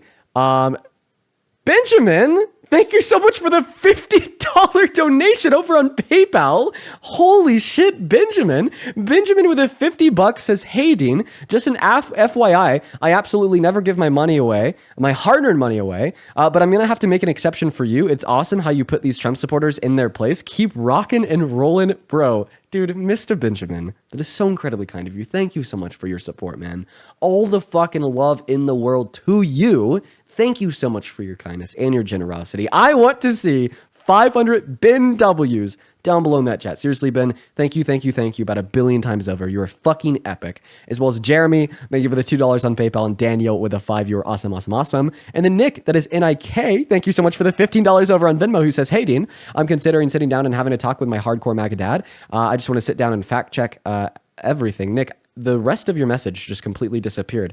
Let me try to find it real quick. By the way, that guest just left. Dude, by the way, second guest in a row that's just up and dipped. All right? See you later, my friend. Let's go to get that next guest up in here. Let's go to get Kim loaded up. And while Kim is loaded in, I want to finish Nick's message here. Nick says, I just want to sit down and fact check everything with him. Have you been having conversations like this with your parents? And do you have any advice? Facts don't really matter to him. Well, I mean, if you know that facts don't really matter to him, then it's probably not going to be a productive dialogue. But I mean, hey, what's the harm in trying? And that's not a metaphorical question, it is a literal one. Do the evaluation of what the potential repercussions could be to you if you were to sit down and to try to have that conversation with him. And then also, Ali, what's up, man? Give me a second here. Ali, thank you so much for the $20 over on Venmo. Thank you, Ali. Fuck yeah. Ali with the $20 says, as somebody who's originally from Shreveport, where Speaker Mike Johnson is from, I can say fully with my chest that you should never believe what he says. Yeah, Mike Johnson is a big face, is a fucking liar. Thank you so much for the $20, Ali. Show some love to Ali down below, as well as Jessica. Thank you for the $10 on Venmo. And Christopher, thank you so much for the $10 as well on Venmo. Huge shout out to Christopher down below. And then let's see here. Patrick, thank you for the $20 on Venmo, who says, thank you for doing what you do in the fight to defend our Constitution. Listen, in the fight to defend the future of this country and everybody in it, because Donald Trump and his electoral power, his presidency, just purports such a large, unprecedented threat. Then 2 more people I'd like to thank here. Fucking Miss Coral, thank you so much for the $50 super chat on YouTube, dude. I want to see 500 Coral W's down below. Coral, thank you so much for your kindness.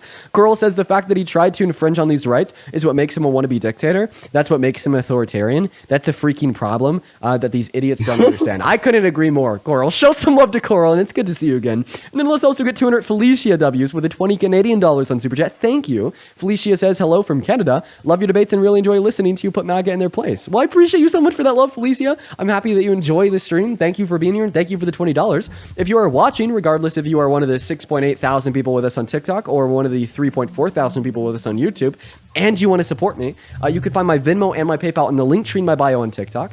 You could also find them in the pinned message on the YouTube stream. I get 100% of the proceeds through those platforms, and you get a notification on the top of this phone where I could read out your name, the amount, and any and all attached messages. I really appreciate you guys for the love. But welcome in, Seth. Do you support Trump? Yes, sir. And how old are you? I'm 19. Can I get a W Marlene from you? W Marlene. For the $10 on Venmo. Appreciate you for that love, Yes, Marlene. sir. Go ahead and take it away. Tell us why you Also, support Trump. W the person that's in the galaxy. Oh, hell yeah. W. So why are you MAGA? I personally support everything he's doing. Or not everything, but mostly just the getting rid of the ice that's in the, or getting rid of, not getting rid of Yeah, getting ice. rid of ice? Getting rid of, Wow. no. Sorry. Getting rid of the illegals in the country, and also the things he's supporting for getting rid of people that have able bodies that have Miguel, thank you so much. been on Galaxy, appreciate that. that have been on government aid for the longest time. I hate the people that are on government aid that have able bodies that can work, that are 18 to 56. That's the age range that he's trying to get to work. And actually, if you are able-bodied and... Are you Christian? I am. So then why do you hate people? I don't hate people. You just said that you do. Sorry. I didn't mean it, but I'm a little intoxicated. I won't lie. I'm just slightly intoxicated. But I'm sorry, Seth. I'm gonna kick you. I'm sorry, man. Listen, talking to sober Trump supporters is already enough. I don't know if I could talk to one that's drunk. Let's go to get that next guest loaded up in here, Seth. Hey, have a good rest of your night. Have fun. Come back tomorrow. I'm live every day. Come back. We'll have a conversation. I'm down to debate you, Seth. I'm down to do it, just not when you're intoxicated. I can't do that to myself, okay? My brain would explode, all right? My brain would explode. I'd lose all my hair, and I'd age around 50 years during a 25-minute discussion. Hello, what's up? Do you support Trump? Hi. So I do not. I've been watching you for a while. My whole family is like a support. The support Trump, all of them. But you have actually been pushing me not to. Dude, I'm really happy to hear that. That's awesome. Listen, hey, all the love in the world to you, Melina. We are just looking to talk to Trump supporters, but I think that is awesome. And I'm really happy that the streams here have been able to help you out with that. Dude, show some love to Melina down below as well. Show some love to Tree for the $15 donation on Venmo, who says, just got back from a week vacay to visit my BFF across the country. And the first thing I did was I hopped on your live. I miss you. Dude, Tree, it's good to see you. Tree, you are literally always hanging out with us. And I think that's so awesome. Thank you for being here, Tree. Thank you for the $15 on Venmo. Huge shout out to Tree down below. We're going to go to get that next guest loaded up into the box right now. Hello and welcome in. Oh, Dean. Would you believe it if I were to check the posts that I'm tagged in every so often? Oh, you saw that shit? Yeah, you made a post about me, and then you took it down. Would you? No, I'm gonna put it back up. Let me put it back up. What do you like to describe? Let me put it back up. Would you like to describe to the viewers the post that you made about me? Go ahead. I don't know. You do it. No, go ahead. Give a description. I don't know, man. No, yes you do. It's your post. Of course you could describe what you posted. Go ahead. Go ahead. I'm sorry, Dean. I didn't ask for an apology. I asked for you to describe what you posted to everybody that's watching, right? Like, obviously, they don't know what you posted. They didn't see it, but I did. So I'm just simply asking you to describe what you posted. I noted on you. Yeah. He's not kidding. He's not kidding. That's what it was. That was the post. What the fuck what was going through your head? I want to have a debate, Dean. What was going through your head when you did that? Lust.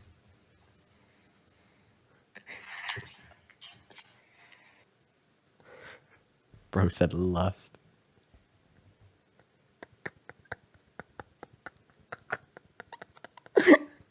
Bro said lust. Man, that's weird. Okay. But I couldn't help but laugh at the way that he said that, and the way that he said lust there. I couldn't help but laugh, but fucking weird guy. All right. Weirdo. Hundo P. What's up, Mel? Do you support Trump?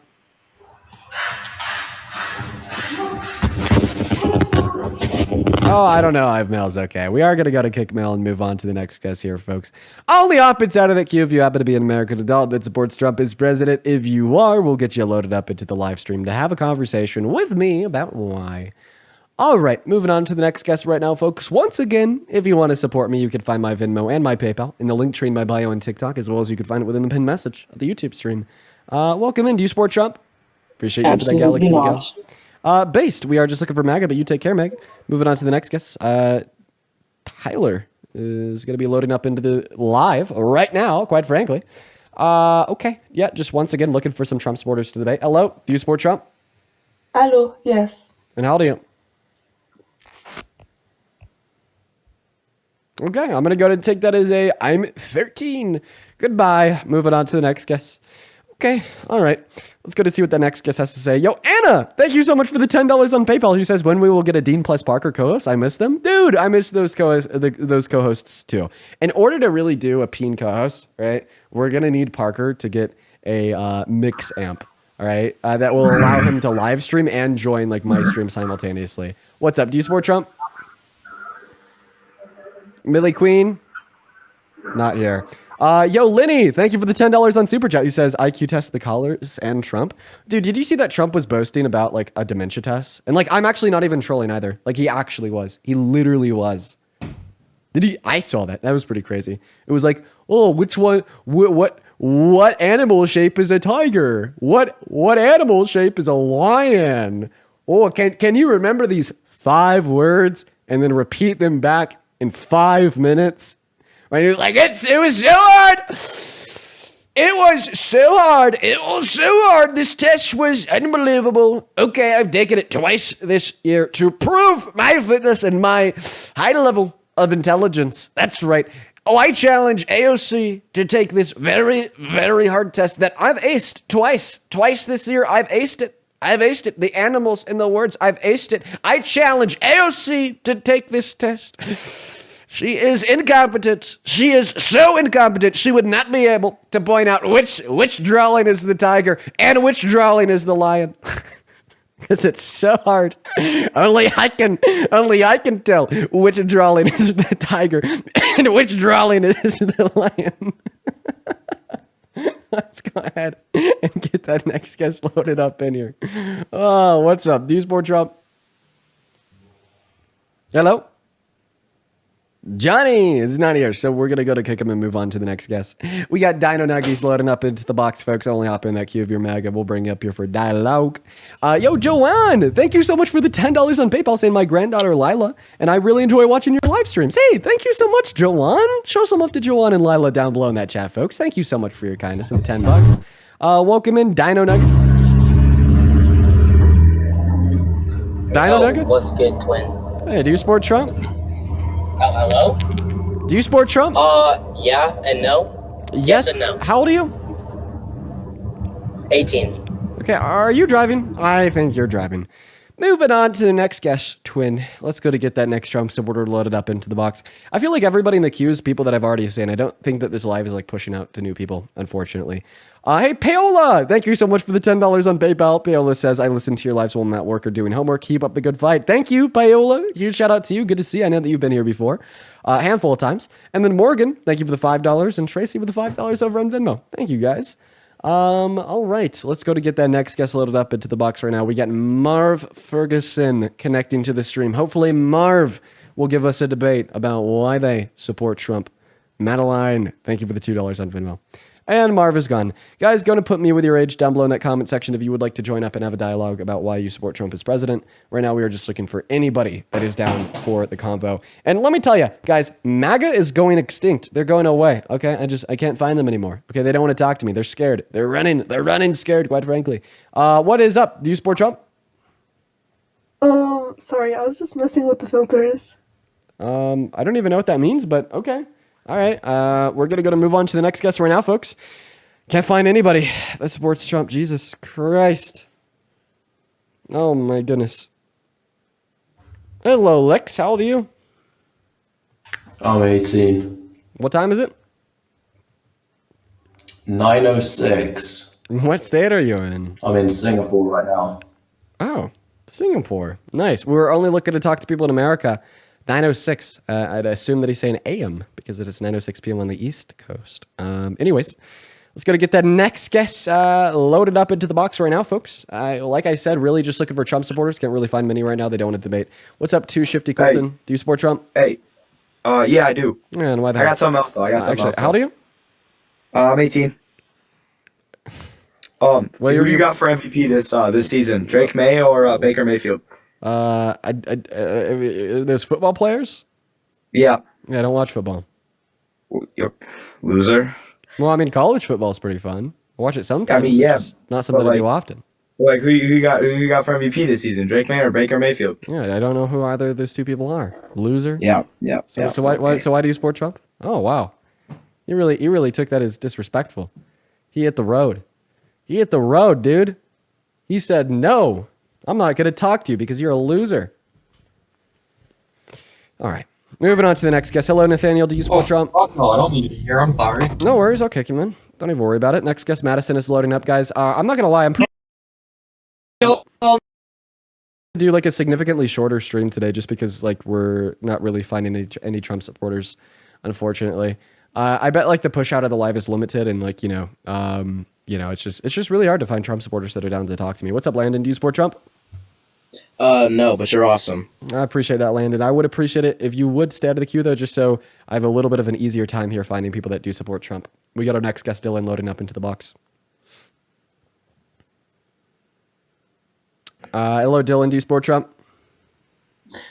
I voted for him at the beginning, but now I'm like regretting that. Awesome, man. Well, I'm really happy that you regret that, but that's also telling me that you don't support Trump now.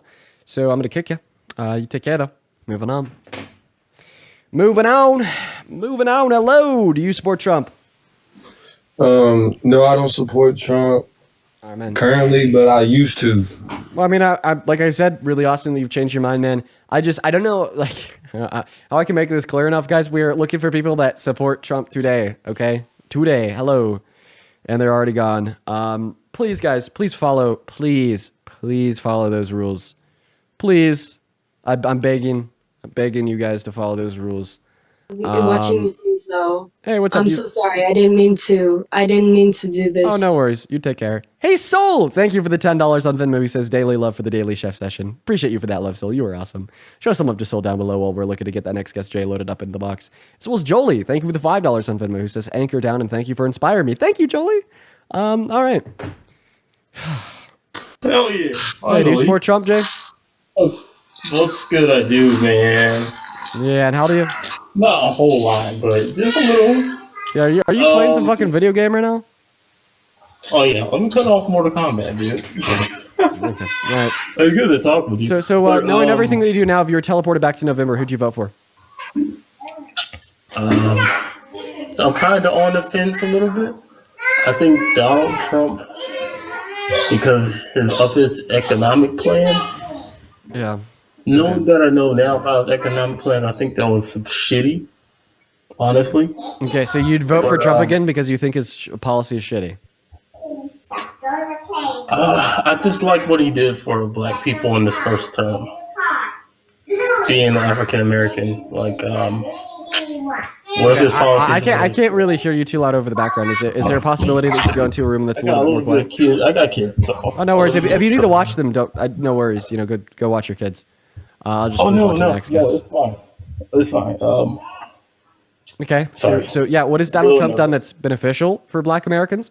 Because as far as I'm concerned, I think that his policy disproportionately disenfranchises and negatively impacts Black Americans. Like for instance, there is a difference between the average socioeconomic standard of the average Black American and the average white American in this country because of systemic racism, slavery, and its aftermath, right?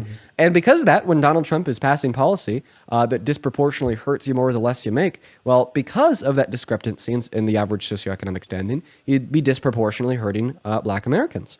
And that is exactly what the Big Beautiful Bill does. It's a largest redistribution of wealth from the poor to the rich in the history of this country. Same thing with his tariffs, which serve as a regressive tax that hurt you more the less you make, proportionate to your income. Or other things, like wanting to roll back abortion protections when 54% of women that access abortion do so because of financial instability. And once again, because of those reasons that we already went over, Black women are more likely on average to experience financial instability compared to white women because of racism, systemic racism, slavery and its aftermath, amounting to that discrepancy in the average socioeconomic standard, meaning that that'd be disproportionately negatively impacting Black women, right? So these are just a handful of the things that Donald Trump has done to hurt Black people. Of course, there's many, many more, but I'll let you take the mic away. How is he more beneficial than hurtful to Black Americans? My whole thing is with the Democratic Party, for a long time, they were just more in support of the status quo and using Black Americans, as a pawn in the grand scheme to use our vote instead of directly benefiting us. Okay, we'll talk about the Democrats. I'm down. We could do that. But I just want to clarify, right? The question that I asked you is, how is Donald Trump more beneficial than harmful to Black Americans?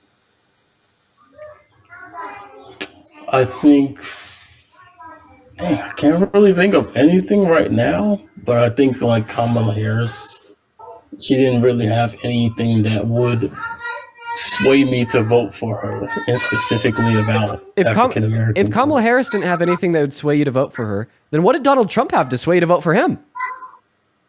Just in the first term, reducing some of the sentence guidelines and things like that. I read something about that. So what bill are you talking about? It was like prison reform. Okay, so you're talking about the First Step Act. That was proposed to Congress under Obama. Yeah, the Republicans refused to pass it until they had a Republican in the White House. Not to mention that today Donald Trump is infringing and violating the First Step Act by calling for the death penalty for DRUG sellers. And that was actually one of the things that the First Step Act alleviated. When did he do that? It was a for campaign the- promise that he ran on, infringing and violating things. Promise that he ran on something that he wants to be the case on American soil too. Oh, I have to read more on that, but I thought they found drugs on those boats. Well, if I'm not mistaken. Well, I mean, that's what they say, but like in all reality, I mean, I don't think that, they see a day in court, right? They're not given due process. I think it'd be significantly better, right, to detain them on a vessel, take them back to America and prosecute them through the American criminal justice system. But once again, can you please respond? Can you please respond to like that been working? Can you please respond to like all of like the reasons I gave you and more to demonstrate that Donald Trump is incredibly harmful to Black Americans through his policy? Can you repeat it? I'm sorry. Can you please respond to all the reasons that I gave you to demonstrate that Donald Trump is incredibly harmful to Black Americans through his policy? What are you talking to? Zara, go. I'm in the middle of a conversation. Okay. I need to go shopping. I can't really think. Now you got me. I think that she. Flame my opinion even more further left. I think that your daughter maybe is making a convincing argument. You should go hang out with her. You're right, Dean. I just wanted to talk to you. I'm gonna kick you just so that's what you how do. you feel.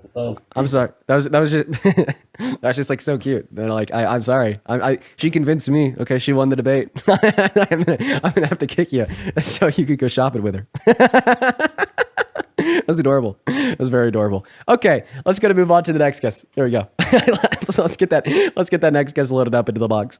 All right, folks, guys, please only hop inside of that queue if you happen to be an American adult that supports Trump as president. That's who we're looking for right now, guys. And we're honestly not having too much luck.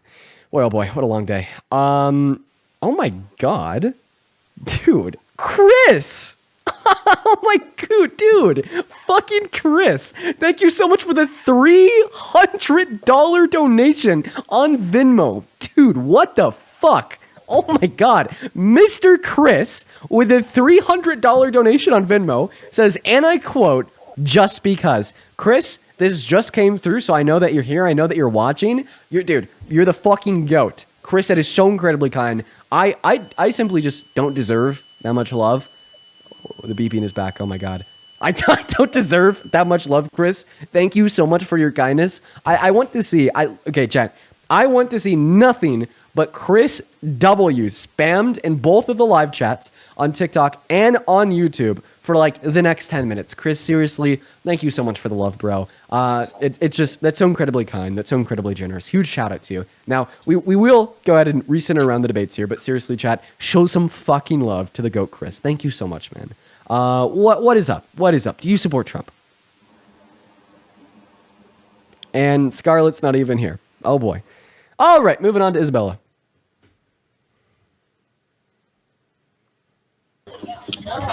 Hello, Isabella.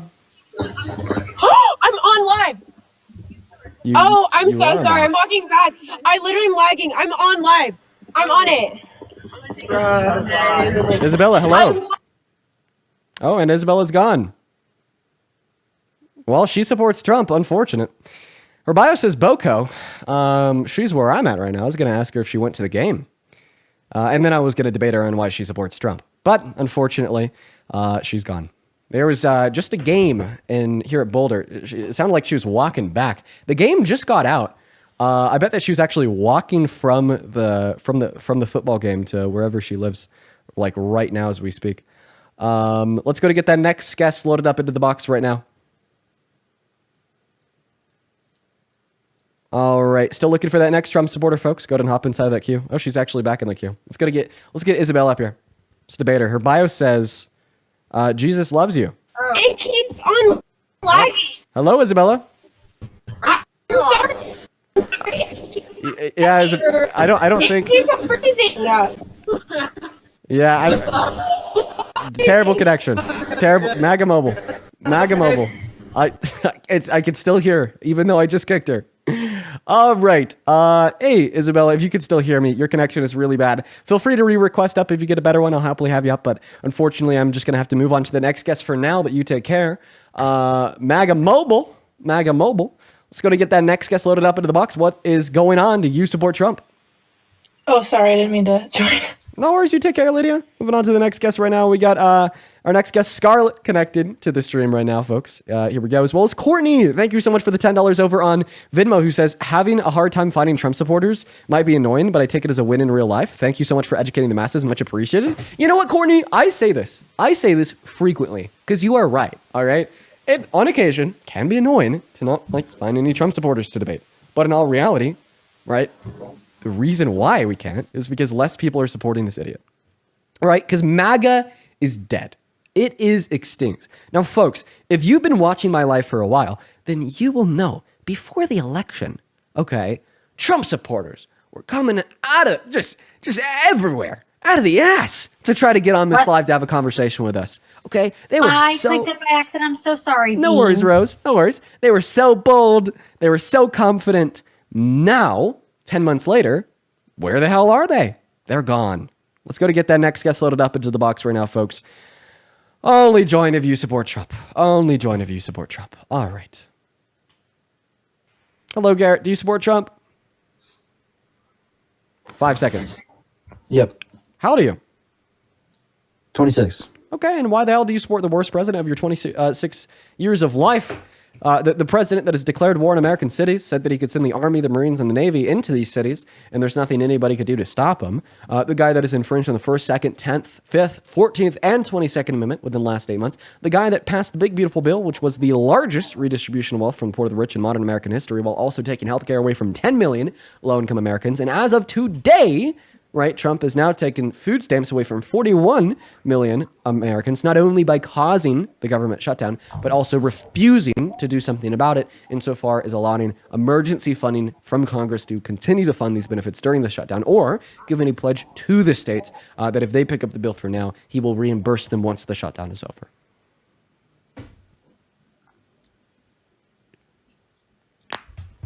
Is debate over before it started, Garrett? He's also an adjudicated rapist that has boasted about sexually exploiting naked women and naked girls backstage in their dressing rooms unconsensually by looking at them at Miss Teen USA, Miss USA. Oh, and he was best buddies with Epstein. And he's on the Epstein list. And he asked the FBI to redact his name from the Epstein list. And now he's calling it an act of hostility against the administration to vote for the full release of the Epstein files in Congress. And he's having his quote-unquote puppet, Mike Johnson, delay the swearing in of a congresswoman that is pledged to be the final and last vote to force the release of the Epstein files, amounting to legal obstruction, leading the Attorney General of the state of Arizona into suing Mike Johnson in Congress. And he sent a letter to Epstein depicting the body of a naked woman and or naked girl with a statement, "May every new day be another wonderful secret." By the way, feel free to just start talking. I'll stop talking whenever you start responding, but I'm just going to keep on going. Oh, and I mean, he's just a threat to the debt. In his first term, he spent $8.6 trillion. And so far in the last 5 months, 10 months, he spent $5 trillion, including the most expensive bill ever passed, the Big Beautiful Bill, which we already went over a little bit. Oh, and his abortion policy is terrible. He had SCOTUS overturn Roe v. Wade, which has now led to 60 women that were raped and then impregnated being denied access to abortion every single day in 10 of our 50 states.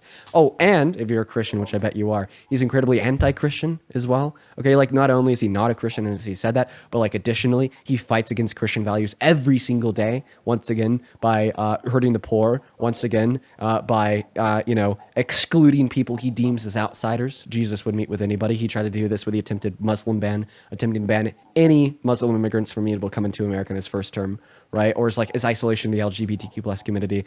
The language that he used to refer to undocumented immigrants today, and the way that he's treating them, even though Leviticus 19, verse 11, the Christian Bible says to not treat them any differently, right, than native born. Should we stop there, or should we also go on to the 30,000 confirmed lies he told in his first 4 years, including but not limited to the largest lie that any president has ever told with his denial of the outcome of the 2020 election and the attempted coup as well? Yeah, I'm not a Trump supporter. I just like you spitting all them facts. Keep doing what you do. Dude. Well, okay. At least we're educating the masses, right? Garrett, don't do that. Don't do that. Isabella's back in the box. And she's gone again. All right. Moving on to the next guest. Moving on. Let's go to get that next guest loaded up into the box right now, folks. Hello, do you support Trump? I had a question. Are you MAGA? I'm not really sure. I'm in the middle. How old are you? I'm 18. What year were you born in? I was born in 2007. Okay. And if you're not really sure what I'd recommend, man, is just like honestly watching the live. Like I think that watching the live can like really help solidify the anti-Trump. Hello, Isabella. I'm so sorry. Bro, alright. Lucy. Hello? Hello, Isabella. Hi. Hi, do you support Trump? Yes. Yeah, your bio says Boco. Are you in Boulder? Yes, I am in Voco. Actually, Terrible. we're walking away right now. Yeah. We're walking back to my place. Yeah. Terrible, Isabella. Terrible, Isabella. What? What do you mean terrible? What? Did you leave the game at halftime? I did because we're losing so badly. What do you mean? Yeah, that's why I didn't go. I'm actually in Boulder right now myself. But anyways, Isabella. I take it away. know. We Tell lost us- the last 5 games. Yeah. Yeah, tell us why you support Trump. Because of his immigration policies and his abortion policies as well. Yes. Oh wait, Isabella, I said this to somebody else. It's a Saturday night. What They else? following Halloween. Are you intoxicated? Huh? No, I'm like only a little tipsy. That's it. Yeah, Isabella. I'm sorry. I'm going to tell you the same thing I told to somebody that joined the live earlier. Feel free to join when you're sober. I just listen. If you are 21 or older, I don't blame you for going to the game drunk. Okay, it's fun. It's a nice activity. But I cannot bring myself to debate. Tipsy nor like drunk Trump supporters. I can't do it. I can't. It's just a rule that I have, man. I can't subject myself to those conditions. All right, moving on to the next guest here, folks. Let's go to get that next guest loaded up into the box right now. Here we go. We got heart emoji connecting. Hello, do you support Trump? Hello? Nope, not here. Moving on to our next guest, Lacey. All right, guys, we are really struggling to find a Trump supporter. This is tough. Yesenia, that is Yesenia. Thank you so much for the $10 over on Venmo. Saying, I hate seeing how much, let's go ahead and read off Yesenia's message. I hate seeing how much sexual harassment you receive, but the guy that made the video was disgusting. You don't deserve that. Listen, yeah, it's pretty gross. It was directed towards me, like my response, because it was directed towards me, like people are just fucking weird, you know? I just kind of brush it off my shoulder. And that's only because it was directed towards me. But that doesn't change the fact that it's weird, it's wrong, it's gross.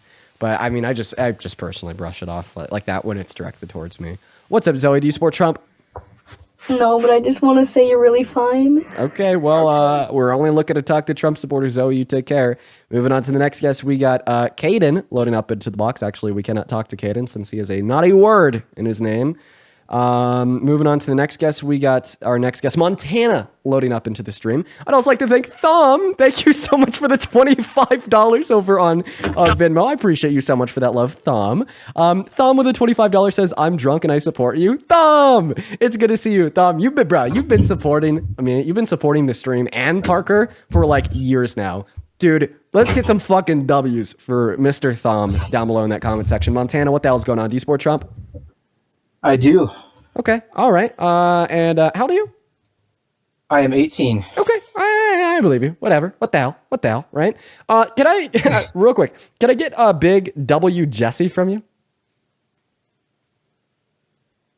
Who's Jesse? Don't worry about it. Can I just get a W Jesse? I guess so. W Jesse. Yeah, W Jesse for the $50 donation over on Venmo. Thank you so much for the love, Jesse. I want to see 500 Jesse W's down below in that comment section. Jesse with the $50 says, I appreciate you. Have you read the book, The Quote Unquote Righteous Mind by Jonathan Hadid? It changed my understanding of debate. Highly recommended. Jesse, I'll have to check it out. I love good book recommendations, even though I don't read books often. And thank you so much for your love and kindness, dude. Let's show some love and appreciation to Jesse down below in that chat while we're starting this next debate. And if you are watching and you'd like to show some love, you could find my Venmo and my PayPal in the link tree in my bio on TikTok and in the pinned message of the YouTube stream. Appreciate you guys so much. Actually, one more here before I give the mic to Montana. Thank you so much for the $35 over on Venmo from Lily. Lily, thank you so much for your kindness. That is fucking awesome. Dude, throw some W Lilies in with his W Jessies. Thank you both so much. Fuck yeah. Thank you guys. Go ahead. Take it away. Tell us why you support Trump. Thank you guys. Thank you so much, Lily and Jesse. Go ahead. I support Trump due to, I guess, his leadership. And I think that's a very important statement for to be made because it's not just of the person who he is and like I've seen like debates of yours and stuff, like it's not of who he is. Like you disagree and you don't like who he is, like you think, oh, he's this sex offender pretty much. I mean, Yes, looking out that is. He is. Yes, he is a rapist. That is true. And before I completely start, I will say I'll be respectful. Whatever, I respect you as a person, and I think this world's gone kind of crazy with left and right, But, I am gonna say that, like with tariffs, okay, for instance, I think that yes, the tariff war was completely like awful. I mean, it's gonna raise prices, it's gonna do things, but I think it's very important that we had a president that goes and steps up and is like, hey, this isn't okay. They've been bullying us for so many years, and this isn't okay. And I don't know, that itself just kind of shows like what kind of person he is as far as a leader, not saying person. Okay, so you support him because he's imposed tariffs on our allies. That was kind of a statement. He made a statement to them that you're not going to push us around. Yeah, so for instance, he imposed massive tariffs on Canada. How is Canada pushing us around? Tariffs in general. Tariffs are a weird topic. Whoa. That can't be true because we agreed, right? We agreed to terms on trade with Canada and Mexico under Donald Trump's first administration through the USMCA that they were following to a T. The terms that Donald Trump laid out that they accepted. How could they have been pushing us around? I guess it was just a way. I guess I'm not really talking about just Canada, but I guess. So then, what country are you specifically talking about? Because the thing is, right? You said it is a vague, a general statement that he's imposing tariffs on countries that were pushing us around. So I just, chose a country at random that he imposed tariffs on. China. So China is a major one. China was pushing us around. How so? I'm sorry, a little bit. Anyways, they were imposing hella tariffs on us. Hella tariffs. So imposing high tariffs on another country means that we're pushing them around. So when Donald Trump imposed 300% tariffs on them, we were pushing them around? Yes, because, it's kind of one of those things where you stand up for yourself. You're like, hey, I'm not okay with this. Yeah, and do you think that those tariffs that we imposed on China, helped us? No, I don't think tariffs in general. They hurt. Yes, so you're telling us that you support Trump to be the president because he's imposing legislation that hurts us. So you're more like in America last kind of guy. Oh, no, tariffs certainly do hurt us. Okay, not only do they reduce the competition in the American marketplace, thereby also reducing the innovation, but they also make you pay more, okay? The tariff tax is ultimately passed off to the importer of a good, right, as just a cost of production and distribution, and then the importer of that good then passes some of it off to the consumer in order to keep their profit margins in the green. That is inflation. And that is inflation that is disproportionately felt by lower income Americans as they spend a greater proportion of their income on consumption. Okay, but I mean, I could reverse that. And it's like with the stimulus checks and stuff that Biden was giving out on, after COVID and stuff. Yeah, whatever, people might have needed that. But I'm saying everything could cause tariffs. And especially with Biden and Biden's administration shutting down pipelines, businesses and stuff like that to reduce what was it that they called the fossil fuels in the air and trying to make things go the electric route and trying to make the air cleaner, whatever. I don't know, global warming type stuff. And that's hurting us because it's raising fuel prices. Now, so you'd say that the Biden-Harris administration raised fuel prices by reducing the amount of oil produced on American soil? 100%. That's exactly what I'm saying. Did you know that's propaganda? That's a fact. No, it's not. The fact of the matter is, under the Biden-Harris administration, this country produced the most oil it has ever. I completely disagree with you on that, respectfully. So my source is the Energy Information Administration, EIA.gov, that is still reporting that today under the Trump administration with his appointees running it. What's your source? Watching news articles. I mean, my own input. Could you point me towards one of these articles that disputes the findings of? I'm not on a computer or anything. I can't report you to an article. So you can't find evidence. I'm not saying I can't find evidence. Okay, then answer that question straight up. Can you? Okay. Right this second, I can. Right this second, as we speak, I cannot. So you are saying you can't find evidence. I'm saying that I can't give you that evidence right this second because obviously I have no computer next to me. Like, I mean, you have a whole setup. Well, I guess I do have. I have two laptops in front of me. One on my right, one on my left. It's the on-the-go setup. Okay, all right. Well, hear me out. Hear me out. The Energy Information Administration, under both Republican leadership and Democrat leadership, has now reported the same fact. That fact being that under the Biden-Harris administration, we produce the most oil we ever have as a country in a 4-year span. In fact, we even have these specific levels of production, okay? So the most oil that was ever produced in a given month under Donald Trump in his first term was in December of 2019 when we were producing 12.9 million barrels of oil per day. Now, under Biden, from July of 2023 until the end of their administration, they produced well over 13 million barrels of oil per day. That's a fact, okay? Now, if you want to disagree with that, right, that's going to be purely driven by your own political bias, right, and your own consumption of misinformation. And you can prove that I am saying things that are true, that I'm not lying to you by trying to find evidence to demonstrate that I'm wrong. You will ultimately fail to do that, okay? You will not be able to find evidence to demonstrate that I'm wrong. And at that point, I would like a concession. Okay.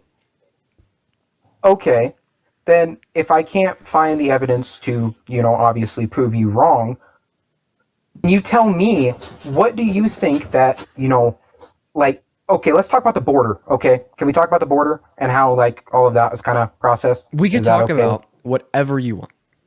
Okay. Well, let's talk about the border. Do you think that it's not a fact that how Trump and his administration is handling the border is a little bit better than how Kamala and them were handling the border? Kamala was kind of in charge of that kind of stuff. Do I think that's not a fact? I'm asking, I'm saying. Yeah, I don't exactly think that's a fact. Okay, and I genuinely, I've watched a lot of your lives, and I've never heard you really speak much about that. I want to hear what you're thinking about it, because to me, that sounds like complete and utter, sickening, biggest lie you could tell yourself. But I'm willing to listen to you. So the reason why you think that that's the biggest lie I could tell myself is because when you look at the numbers, you see a lot of undocumented entry under Biden in his first 2.5 years, right? And then you see the fact that undocumented entry has fallen by 97% in the last year, okay, right? And they're like, well, border crossings are so much lower now. How could you not say he's handling it better? It's because of what he's done to cause that outcome, okay? Listen, if Donald Trump implemented good proactive policy that reduced undocumented entry now and in the long term by addressing its root cause, which is slow, neglected, and inexpensive legal means of entry, then I'd say it's a good thing. But a matter of fact, okay, that is not how Donald Trump reduced undocumented entry. He didn't do that through good policy. He did that through fascism. Okay, right? The reason why I believe we've seen a reduction in the amount of undocumented entry into this country in the last 10 months is because he has scared it away by violating both the human and constitutional rights of undocumented immigrants that are already in this country. If you would like me to give you very specific examples, let me know and I will. I'm going to say, though, one thing that he's gone about it, if you didn't do the legal process, with the Biden administration, a lot of them didn't do a lot of the legal ways to do things. So he's kind of putting his foot down. And yes, you're seeing a lot of deportations, and you're seeing a lot of Do you agree with deportations? Oh my God, look at how, and you're saying it's whatever the words you use. You said it was the rights or whatever, the immigrants, but the vote of the matter is yes, they're humans, they whatever, but they can go through the legal process to do that. It's not illegal, and it's not. So you don't support people breaking the law? I don't support people breaking the law, and that's why I'm saying that legally you have to do the legal process. And if people are getting deported, if you don't support breaking the law, then you obviously don't support the fact that Donald Trump has infringed on the Constitution 5 or 6 times in the last 8 months, is a 34-count felon and adjudicated rapist. So how do you support him as president? So I would like to say that you did change the complete subject from what I was talking about. I was talking about one thing, and you kind of just changed it to him being whatever. That's not what we're talking about. I understand I understand how you could look at that and think it's a pivot, but in all reality, right, there's a conceptual relationship between the 2 points. You're like, let's deport undocumented immigrants, punish them for breaking the law, even if it makes this country worse. Okay? But seemingly, right, you view these as rules for thee, but not for the T, that T being Donald Trump, right? Because when he does something that is exorbitantly worse than committing a federal misdemeanor, like committing 34 felonies, raping E. Jean Carroll, infringing on the Constitution, or boasting about sexual exploitation, you just kind of brush it under the rug. When he faces no accountability, you don't really care. In fact, you want to make him president. So it's related, right? But it's a relationship that I'm bringing up to prove your own hypocrisy. Okay, since you keep changing it to this, I'm gonna kind of briefly go over this. I think that it is kind of impossible for even if it was Biden in the situation, it's really impossible with politics to have a rightful court trial. I'm not saying he didn't do it, because obviously I can't read minds and I don't know, like, you can't know exactly what happened, not even you, even if it's law, like there's some innocent murderers. But what I'm saying is, like, it is really hard to find a right trial for them because people are biased. People hate Trump. Like, even if it was Biden, people hate Biden. It'd be very biased. So the point of the matter is, what if you knew that he actually did these things? You were confident of it. Like, for instance, what if you knew he had sexually exploited naked girls and or naked women? Would you still support him as president? Okay, how do you know that? There's no actual proof. And yeah, I'm saying if there was, if you were fully convinced that he has done this, if you're fully convinced that he has sexually exploited naked teen girls and or naked women by, like, perving on them unconsensually when they had no clothes on in, like, a private dressing room, would you still support him as president? I don't support that, but my whole point with that was, like, how I support his leadership. So I just want a yes or no. If you knew, if you fully knew, if you were confident that Donald Trump had sexually exploited little girls, would you still support him as president? Not entirely, but I still would support what he's doing. I'm not saying that's a very hard question to ask. The question is, overall, okay, if you knew he'd sexually exploited teen girls, if you were teleported back to November, would you still vote for him?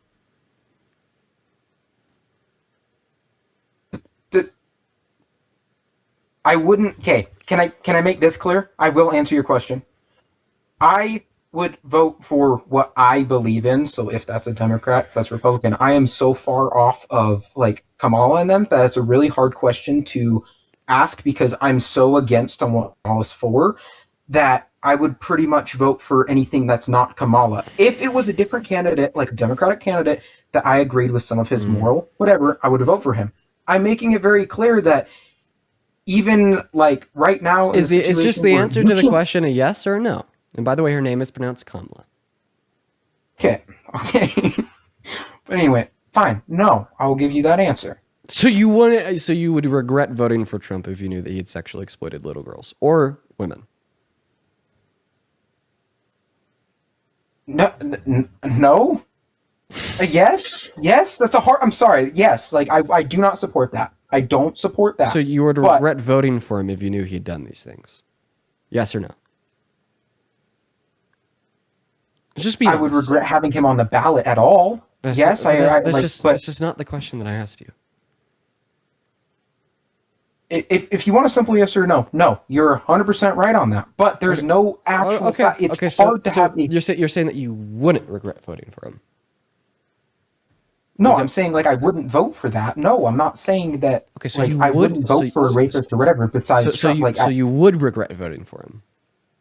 I wouldn't vote for that if that was the case, but I don't believe in that. So you would regret voting for him, right? Yeah, I keep answering this question. The answer is yes. I just wanted a clear and direct answer. I think that a lot of Trump supporters come up on this live, and after, right, I asked them this question, and I play them the clip of Donald Trump admitting to sexually exploiting either little girls and or naked women, right? Then you try to play some game of, like, mental gymnastics, where you try to explain how, although you still support him as president, this doesn't contradict what you said before I played you the clip. But in this circumstance, you just told us that you would definitely regret voting for Donald Trump as president, and you would no longer support him today if it was the case that you knew he had sexually exploited naked women and or naked girls. Well, here is a clip of Donald Trump admitting to exactly that on Howard Stern's radio show. Let's take a listen.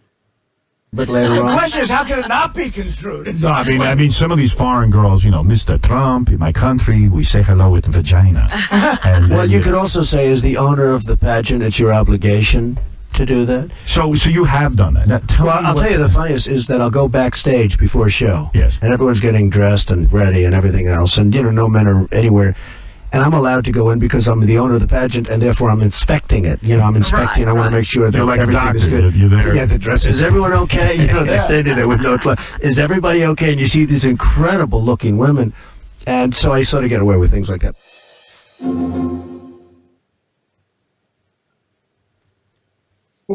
And again, I fully respect what you say, but let me just speak for just a minute, okay?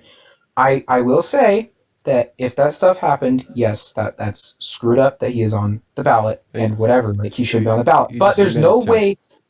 Well, what I'm saying is like, at some point there becomes a crisis, okay, on what you believe in, and if some party is a part of is doing things that you totally disagree with, it becomes kind of a crisis and kind of a political standpoint where there are some things that Trump does or Trump stands for that people stand for. So yes, if that stuff were to have happened, theoretically, I don't agree with it, but I think that it's a crisis. I mean, with I am a gunslinging Republican, just gunslinging out in the country, whatever, and it's not. I agree with what he believes in. That's what I'm trying to get to tell you today. Is yes, I wish that there was somebody else on the ballot. Why do y'all always fucking do this, dude? I swear to God, you understand that we don't have the memory of a goldfish. You understand that we all remember you telling us, yes, you would not have voted for Trump, and you would regret your support and your vote for Trump if you knew he had done what he just admitted to in that clip. Now, after I actually play that clip and prove that he's done these things per his own admission, all of a sudden it's like, well, I'm actually going to change my language now and say, well, I wish he wasn't on the ballot if, theoretically, what you're saying is true. Even though right before I played that clip, you didn't just merely say you wish he wasn't on the ballot, but you said even though he was on the ballot, you wouldn't have voted for him and you would regret voting for him. And that is not theoretically if it's true. I just prove that it's true by playing you a clip of him admitting to it and boasting about it. Okay. And why did what I said get kind of dismissed on far as what I was standing for politically? And I was kind of telling you a little bit on what I believe in what Trump's doing, and you kind of turned it into this, which I get what you're saying on. Why would I vote for him if he was this? Let's have a big old long conversation about border policy as soon as you could address the fact that you said you'd regret voting for Trump if you knew that he had sexually exploited naked women and or naked girls. And then I played you a clip of him admitting to sexually exploiting naked women and or naked girls, and you haven't told us that you regret your vote for Trump yet. Well, I'm not saying. I'm saying that there's things like AI, there's things like whatever. So I don't know where that sources came from. You don't know I if don't that's know. real? Oh, there is things called CNN, and all of that practically is fake. I swear. Okay, then let me tell you. Names. That's a clip from 2005. AI wasn't a thing and couldn't emulate voices in 2005. And that's coming from Howard Stern's radio show, one of the largest radio shows, right, in modern American history, super popular in the 90s and early 2000s. In fact, I could bet that there's a surprising amount of the older audience that is watching this right now that literally listened to it live, okay? Right? It is season 11, episode 7 of the Howard Stern Show that aired live on August 21st, 2005. And it was heard live by a lot of the people in the chat right now. Okay. And I get that, and I get where you're coming from. So it's real. But Can we agree that clip is real? Can we agree that clip is Trump? Can we? Okay, let's keep it simple. Okay, no distractions, no pivots, nothing special, nothing extra. Can we agree that clip is real?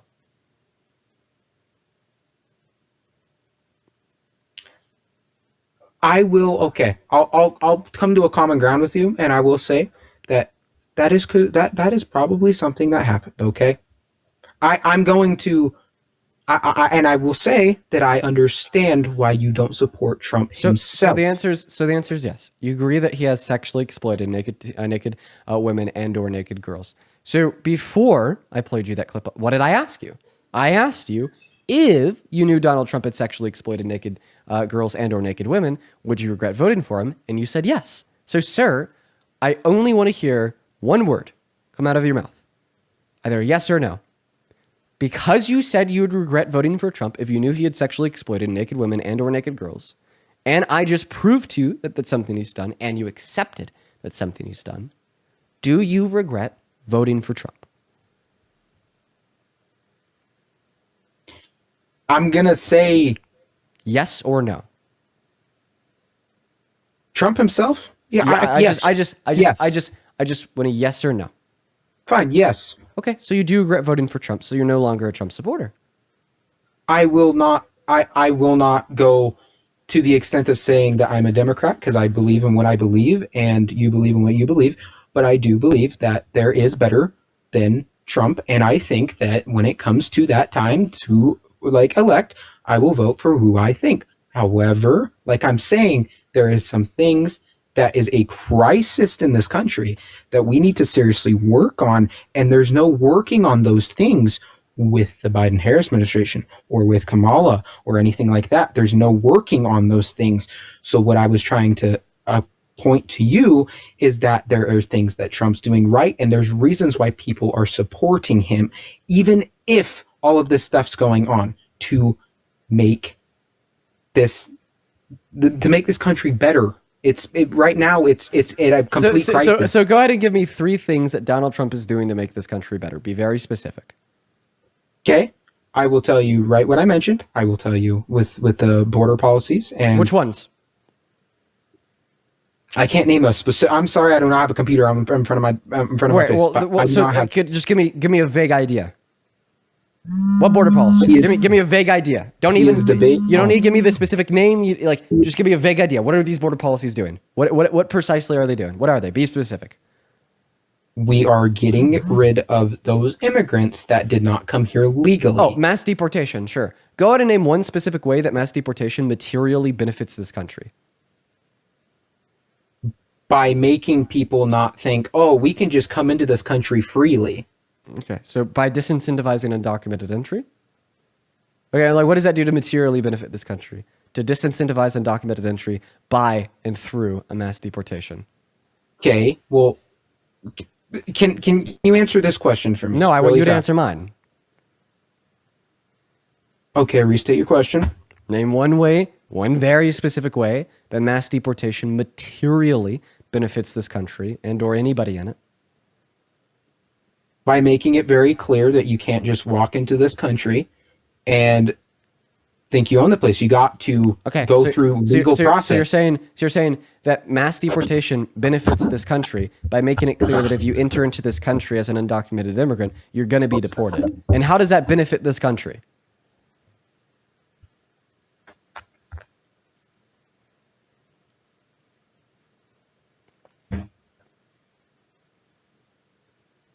I'm forcing you to think.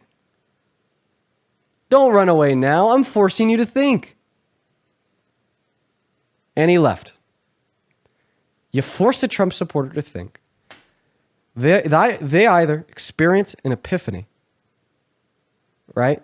They wake up, right? And they turn to the light.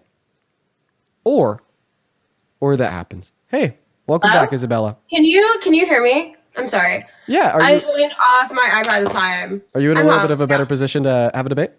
Yes. Yeah. Oh, debate? Oh, gosh. Yeah, this is a debate live. We talk about little argument? Yeah, I got you. Yeah, we're gonna argue and debate. Okay. Yeah. So why do you support Trump? Because like I said, his immigration immigration illegal. Let's get that key word because I had people hounding me last time. Illegal immigration. Okay, so you support him because he's doing what to illegal immigration? Or as I like to say, undocumented immigration? No, undocumented because also I don't understand because Barack Obama was doing the same thing and if anything, he holds the record for most. Yeah, well, deportations. I'd like to make it clear I don't think that Obama was doing the same thing. See, Donald Trump is deporting undocumented immigrants without due Okay, process. can you explain to me why he's not doing the same thing? Because I don't understand. Because since Barack Obama holds like the record, I'm sorry, I just like am very much not understanding that since they both are like deporting illegals, if that makes sense. I'm sorry. Yeah, so Obama didn't deport undocumented immigrants without due process. Obama didn't lie to America. Oh, okay, I didn't know that he was doing it without due process. I'm sorry, I was unaware of that one. Yeah, so Donald Trump has deported a lot of undocumented immigrants without due process. Most notoriously, a handful of planes worth of Venezuelan immigrants to Sica in El Salvador, even though they did not see a day in court nor a hearing in front of an immigration judge. In fact, we had an immigration judge, right, tell the Trump administration that he had to turn those planes around because they didn't have due process, and that if he didn't turn those planes around, he could be held in contempt for violating their constitutional rights. He didn't care, and he still did it. Oh, I was not aware of that at all. Yeah. Do you mind if I thank a couple people here before you give a response to that? No, you're okay. Yes, of course. I'm sorry. FED, thank you so much for the $20 over on PayPal, saying thank you. Thank you for all that you do. Well, thank you so much, FED. Thank you so much. Huge shout out to FED down below in that comment section, as well as Tom. Thank you so much for the $10 over on Venmo. I appreciate you so much for the love. Are you familiar with the 2022 study, UC Davis economic study, suggesting that your amnesty policy would boost GDP 1.7 trillion and an increase something? Well, your donation cut off. I'm really interested in the first half that I did see. I'm gonna have to do some research. I'm not familiar with that study. I'll look into it. Thank you so much. And then holy shit, I'm not aware of that. yeah, and then holy shit, Lily, thank you so much for the $75 donation on Venmo. Jesus Christ, Lily. Lily with a $75 says love and support for Gen Z and the future. Lily, thank you so much for the love. That is an insane amount of love. Thank you so much for the $75. Show some love to Lily down below in that chat, as well as Renee with a $7.50 saying the only thing I disagree with you is the way that you say federal. Am I saying it wrong? I don't know. Thank you for the $7.50, Renee. And then, of course, Angel, thank you so much for the $25 over on Venmo. Appreciate you so much for the love. Angel says, quote unquote, Dean, do you support Trump? Yes, I do. Dean, why do you suck? End quote. This will forever live rent free in my head. Keep on doing what you do, man. I appreciate you. That's funny as hell, Angel. Thank you so much for the $25. Thank you for your love and support. Show some love to Angel down below. And the one last one here, Miss Maya. Thank you so much for the $20 over on Venmo as well. Thank you so much for the love, Maya, as well as I read your message there. That is a great quote. Thank you so much. Show some love to Maya. Show some love to all of the donors. If you're watching and you'd like to support me, you can find my Venmo, my PayPal right there on TikTok. You could also find it in the bio. And you can also find it in the pinned comment on the YouTube stream. Anyways, Lily, go ahead. I'm sorry, I was not listening. What was the last sentence? I think I accidentally just called you Lily. Sorry, Isabella. Yes, I was about to say that was. I was like so confused. What? Yeah. So Isabella, go ahead. You're telling us why you support Trump. You were like, oh, mass deportation.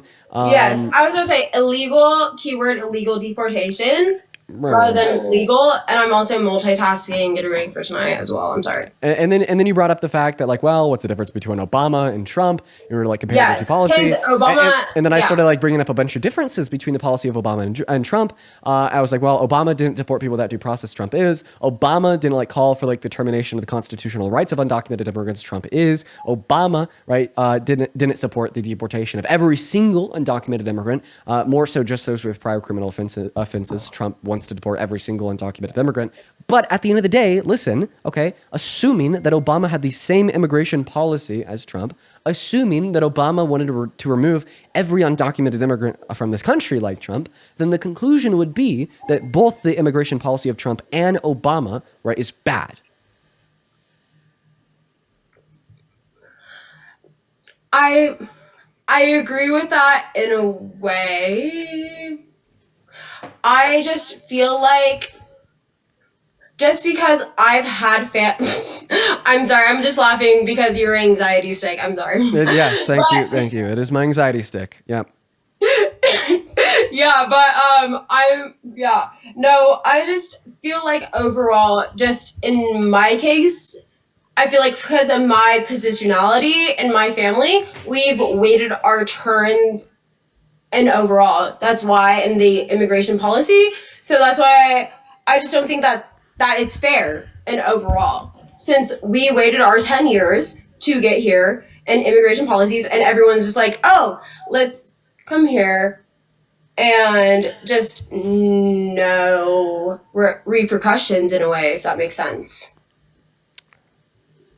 Okay, I'm gonna be honest with you. I think like honesty is the right policy. You're like not really like making your points too coherently. Maybe that's, you know, because like you're multitasking. So, you know, coming back at a time when, you know, you're not multitasking, getting ready for a night out. If you want to do that, feel free. I'm just gonna be honest with you about that. Your just points are coming off incoherent because of that. However, like I could Sorry, still, yeah, that makes sense. you know, I just want to let you know. I mean, I can still like kind of respond to them. I can try my best, right? Like you just said, well, undocumented entry is unfair to legal immigrants. Okay, well, here's the thing. Undocumented immigrants create a better America, okay? They contribute $1.1 through $1.7 trillion to the GDP. They pay $100 billion per year in taxes. They're 2.5 times less likely to commit violent crimes, 3 times less likely to commit property crimes, and 3.5 But how do you have times... those statistics if they're undocumented? How do you have those statistics if you don't have any of their social securities? Because that's how you document them in general. You don't know that since they aren't within any of the evidence. Because you don't need you don't need a social security number to get caught for committing a crime.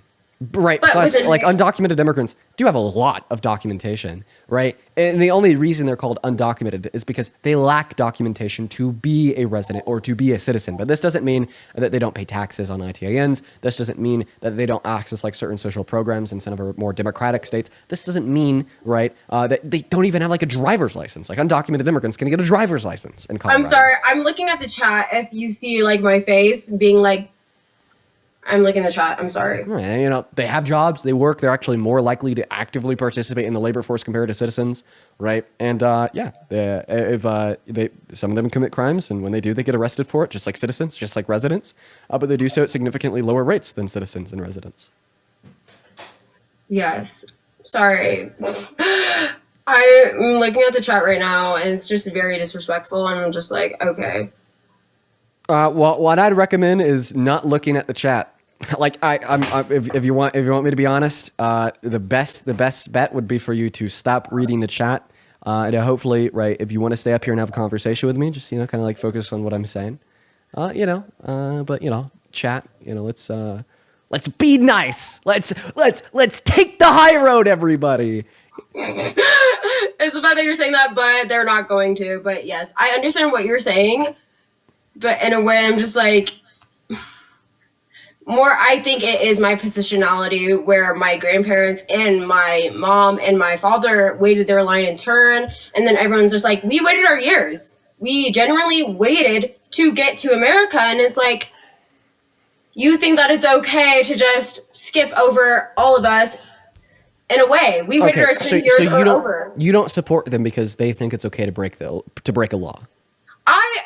I just feel like we can make it definitely easier for them to get summing up less than us. Summing up what you just said, you don't support them because they think it's okay to break a law, and the reason why you think they think it's okay to break a law is the fact that they did break the law. It's not that I do not support them. It's that I want it to be easier than it was for me and my family. We waited so long to get here into America, over 10 years in general. And it's like, I definitely wish for everyone else in the future to get here way easier than the process that we had. Really? Well, the Biden-Harris administration proposed a bipartisan border bill to help in doing exactly that by funding courts on the southern border, an additional $25 billion to hire more judges to expedite legal claims of asylum, residency, and citizenship. Donald Trump shot that bill down. My question to you is, what is one thing that Donald Trump has done since 2017, his first year in the office of the presidency, to make the legal means of entry into this country faster or easier? He has not done anything. I will concede on that. He has not done anything that I've seen. Precisely. Because he wants to keep it hard to come into this country legal. So individuals will continue to enter into this country with the use of undocumented means when we don't have a president that wants to play fascist, right? And like infringe on their human and constitutional rights. By the way, in reference to your other point, right, you were getting at the notion that you're really frustrated and you don't really like undocumented immigrants because they think it's okay to break a law. Well, Donald Trump broke 34. Right, and you support him as president. And I find that to be hypocritical as well. But of course, I feel as if we find that hypocrisy within the minds of many Trump supporters. It's not that I support him in that way. It's the fact that it's not him.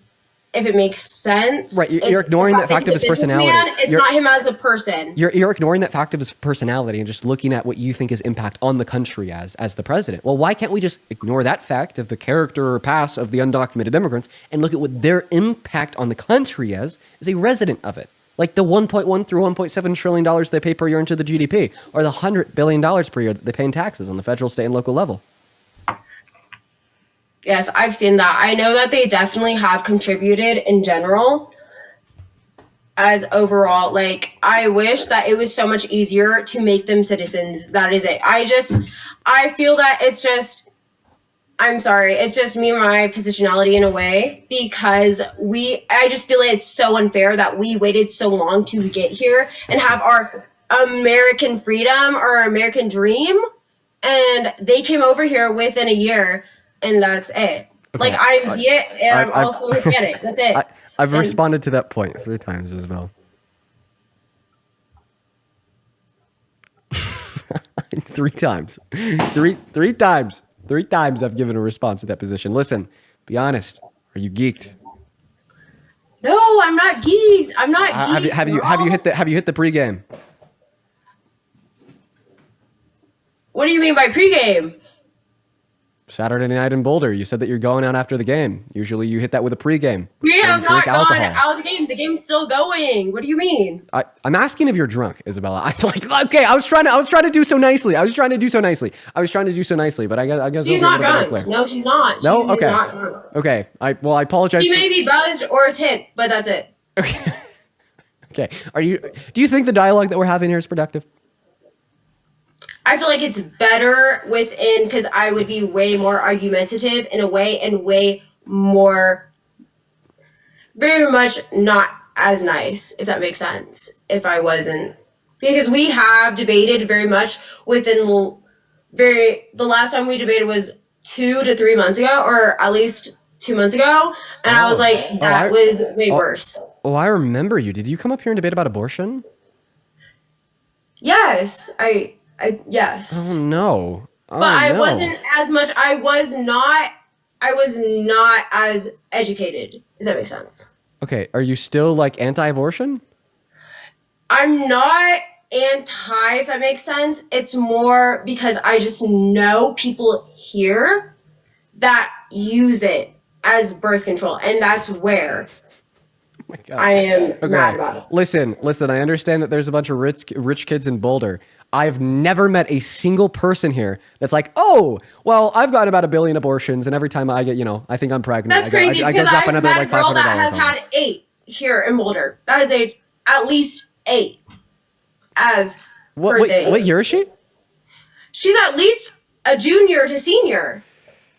Yeah, I don't know. But listen, here's what I'll say to that. I think that she should be well within her legal ability to get a 9th, a 10th, an 11th, a 12th, a 13th, a 14th, a 15th, or 16th. Okay? Because I don't think the way to address somebody like getting multiple abortions, right, is to ban the access to abortion, but is rather to address why they've needed multiple abortions, which likely falls down to a lack of sex education or access to like free and effective contraceptives.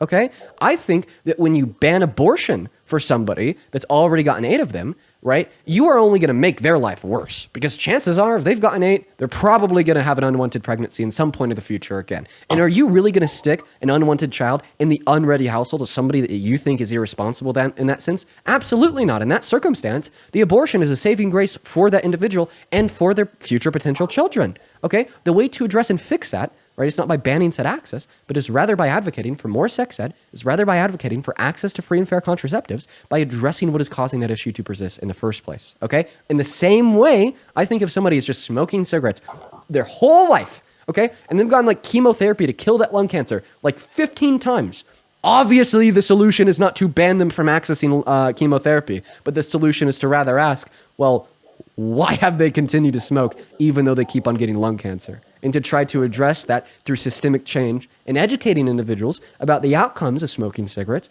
educating individuals and allowing them free and fair access to things to help them wean off said nicotine addiction. And I bet you can make the parallels there to abortion, right? And in the relevant sense, if somebody's gotten so many of them, the solution isn't to ban abortion, but just to advocate for more sex ed and access to contraceptives. I was going to say, I feel like at that point when you're explaining it, it's that we need to provide more education for them, sex educational, like in a way within schools and before that as well, like high school and middle school as well. Because I know that I was taught sex ed before high school and middle school, and at this point it's like, is that still taught? And in a way, I guess you're right. And the reason it's not taught is because of the Republicans. The Republicans are the ones that are attacking sex ed. The Republicans are the ones that are attacking contraceptives. The Republicans are the ones that are attacking these things while also enforcing legislation to prevent the termination of an unwanted pregnancy if it were to occur. I did not know that. Like, it's actually them that is telling them not. I didn't know they're advocating that at all. Yeah, that's what the Republicans want, Isabella. I thought that, because I know that conservatives are based on Christian values, because that is what it was based on within originality. No, I would argue that you should not say that this country was conceived and created and started as a Christian one. No, I know that the country itself was not, but conservatism, Republican, it was based off of Christianity. Because that's how you base it. Conservatism's always been on the wrong side of history. Okay, the conservatives wanted to conserve slavery. The conservatives wanted to conserve traditionalism. The conservatives wanted to conserve oppression of women, oppression of minorities. Conservatives want to conserve, right, like all of like these bad things, right, which are like clearly like in violation of the Christian scripture, right? I'm sorry, my faces are at this chat saying that I'm a middle child and everything because I'm not a middle child. But yes, you're definitely right. I'm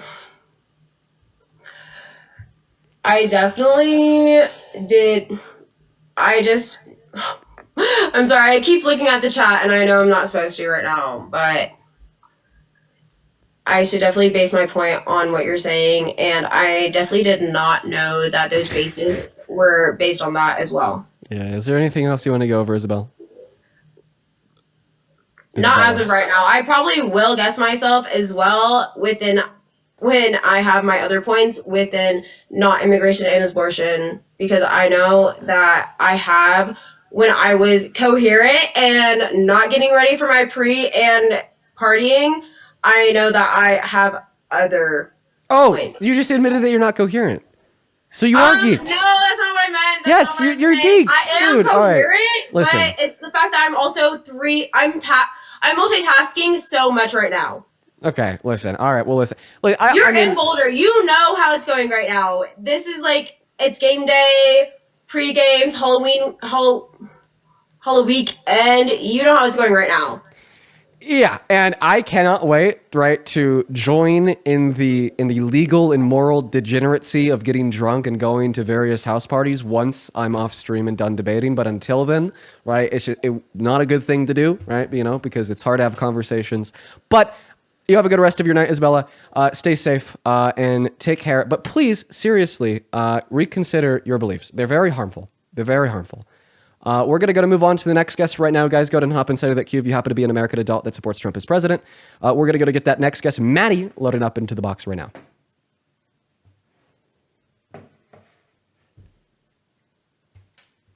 All right, folks, here we go. All right, guys, we're going to get that next guest loaded up into the box right now. Somebody in the chat says you're way too nice. I've noticed that. I've begun to get, like, nicer than I have historically to some of the guests. I don't know. Listen, I think the hope is that, like, if I'm nicer, right, like, they'll be more likely to be open-minded. It's hard. It's hard, though. I'm going to be honest. You know, it's difficult. It's very difficult at points. We're going to move on to the next guest, folks. Only hop in that queue if you are an American adult that supports Trump as president. You know, like I am always testing that patience. You know what I mean? Gizmojo, thank you so much for the 10 euros over on Super Chat, as well as Misbehaving. Thank you for the 11 euros over on Super Chat. And Erica, thank you so much for the $10, who says, Dean, I'm so glad I found your YouTube.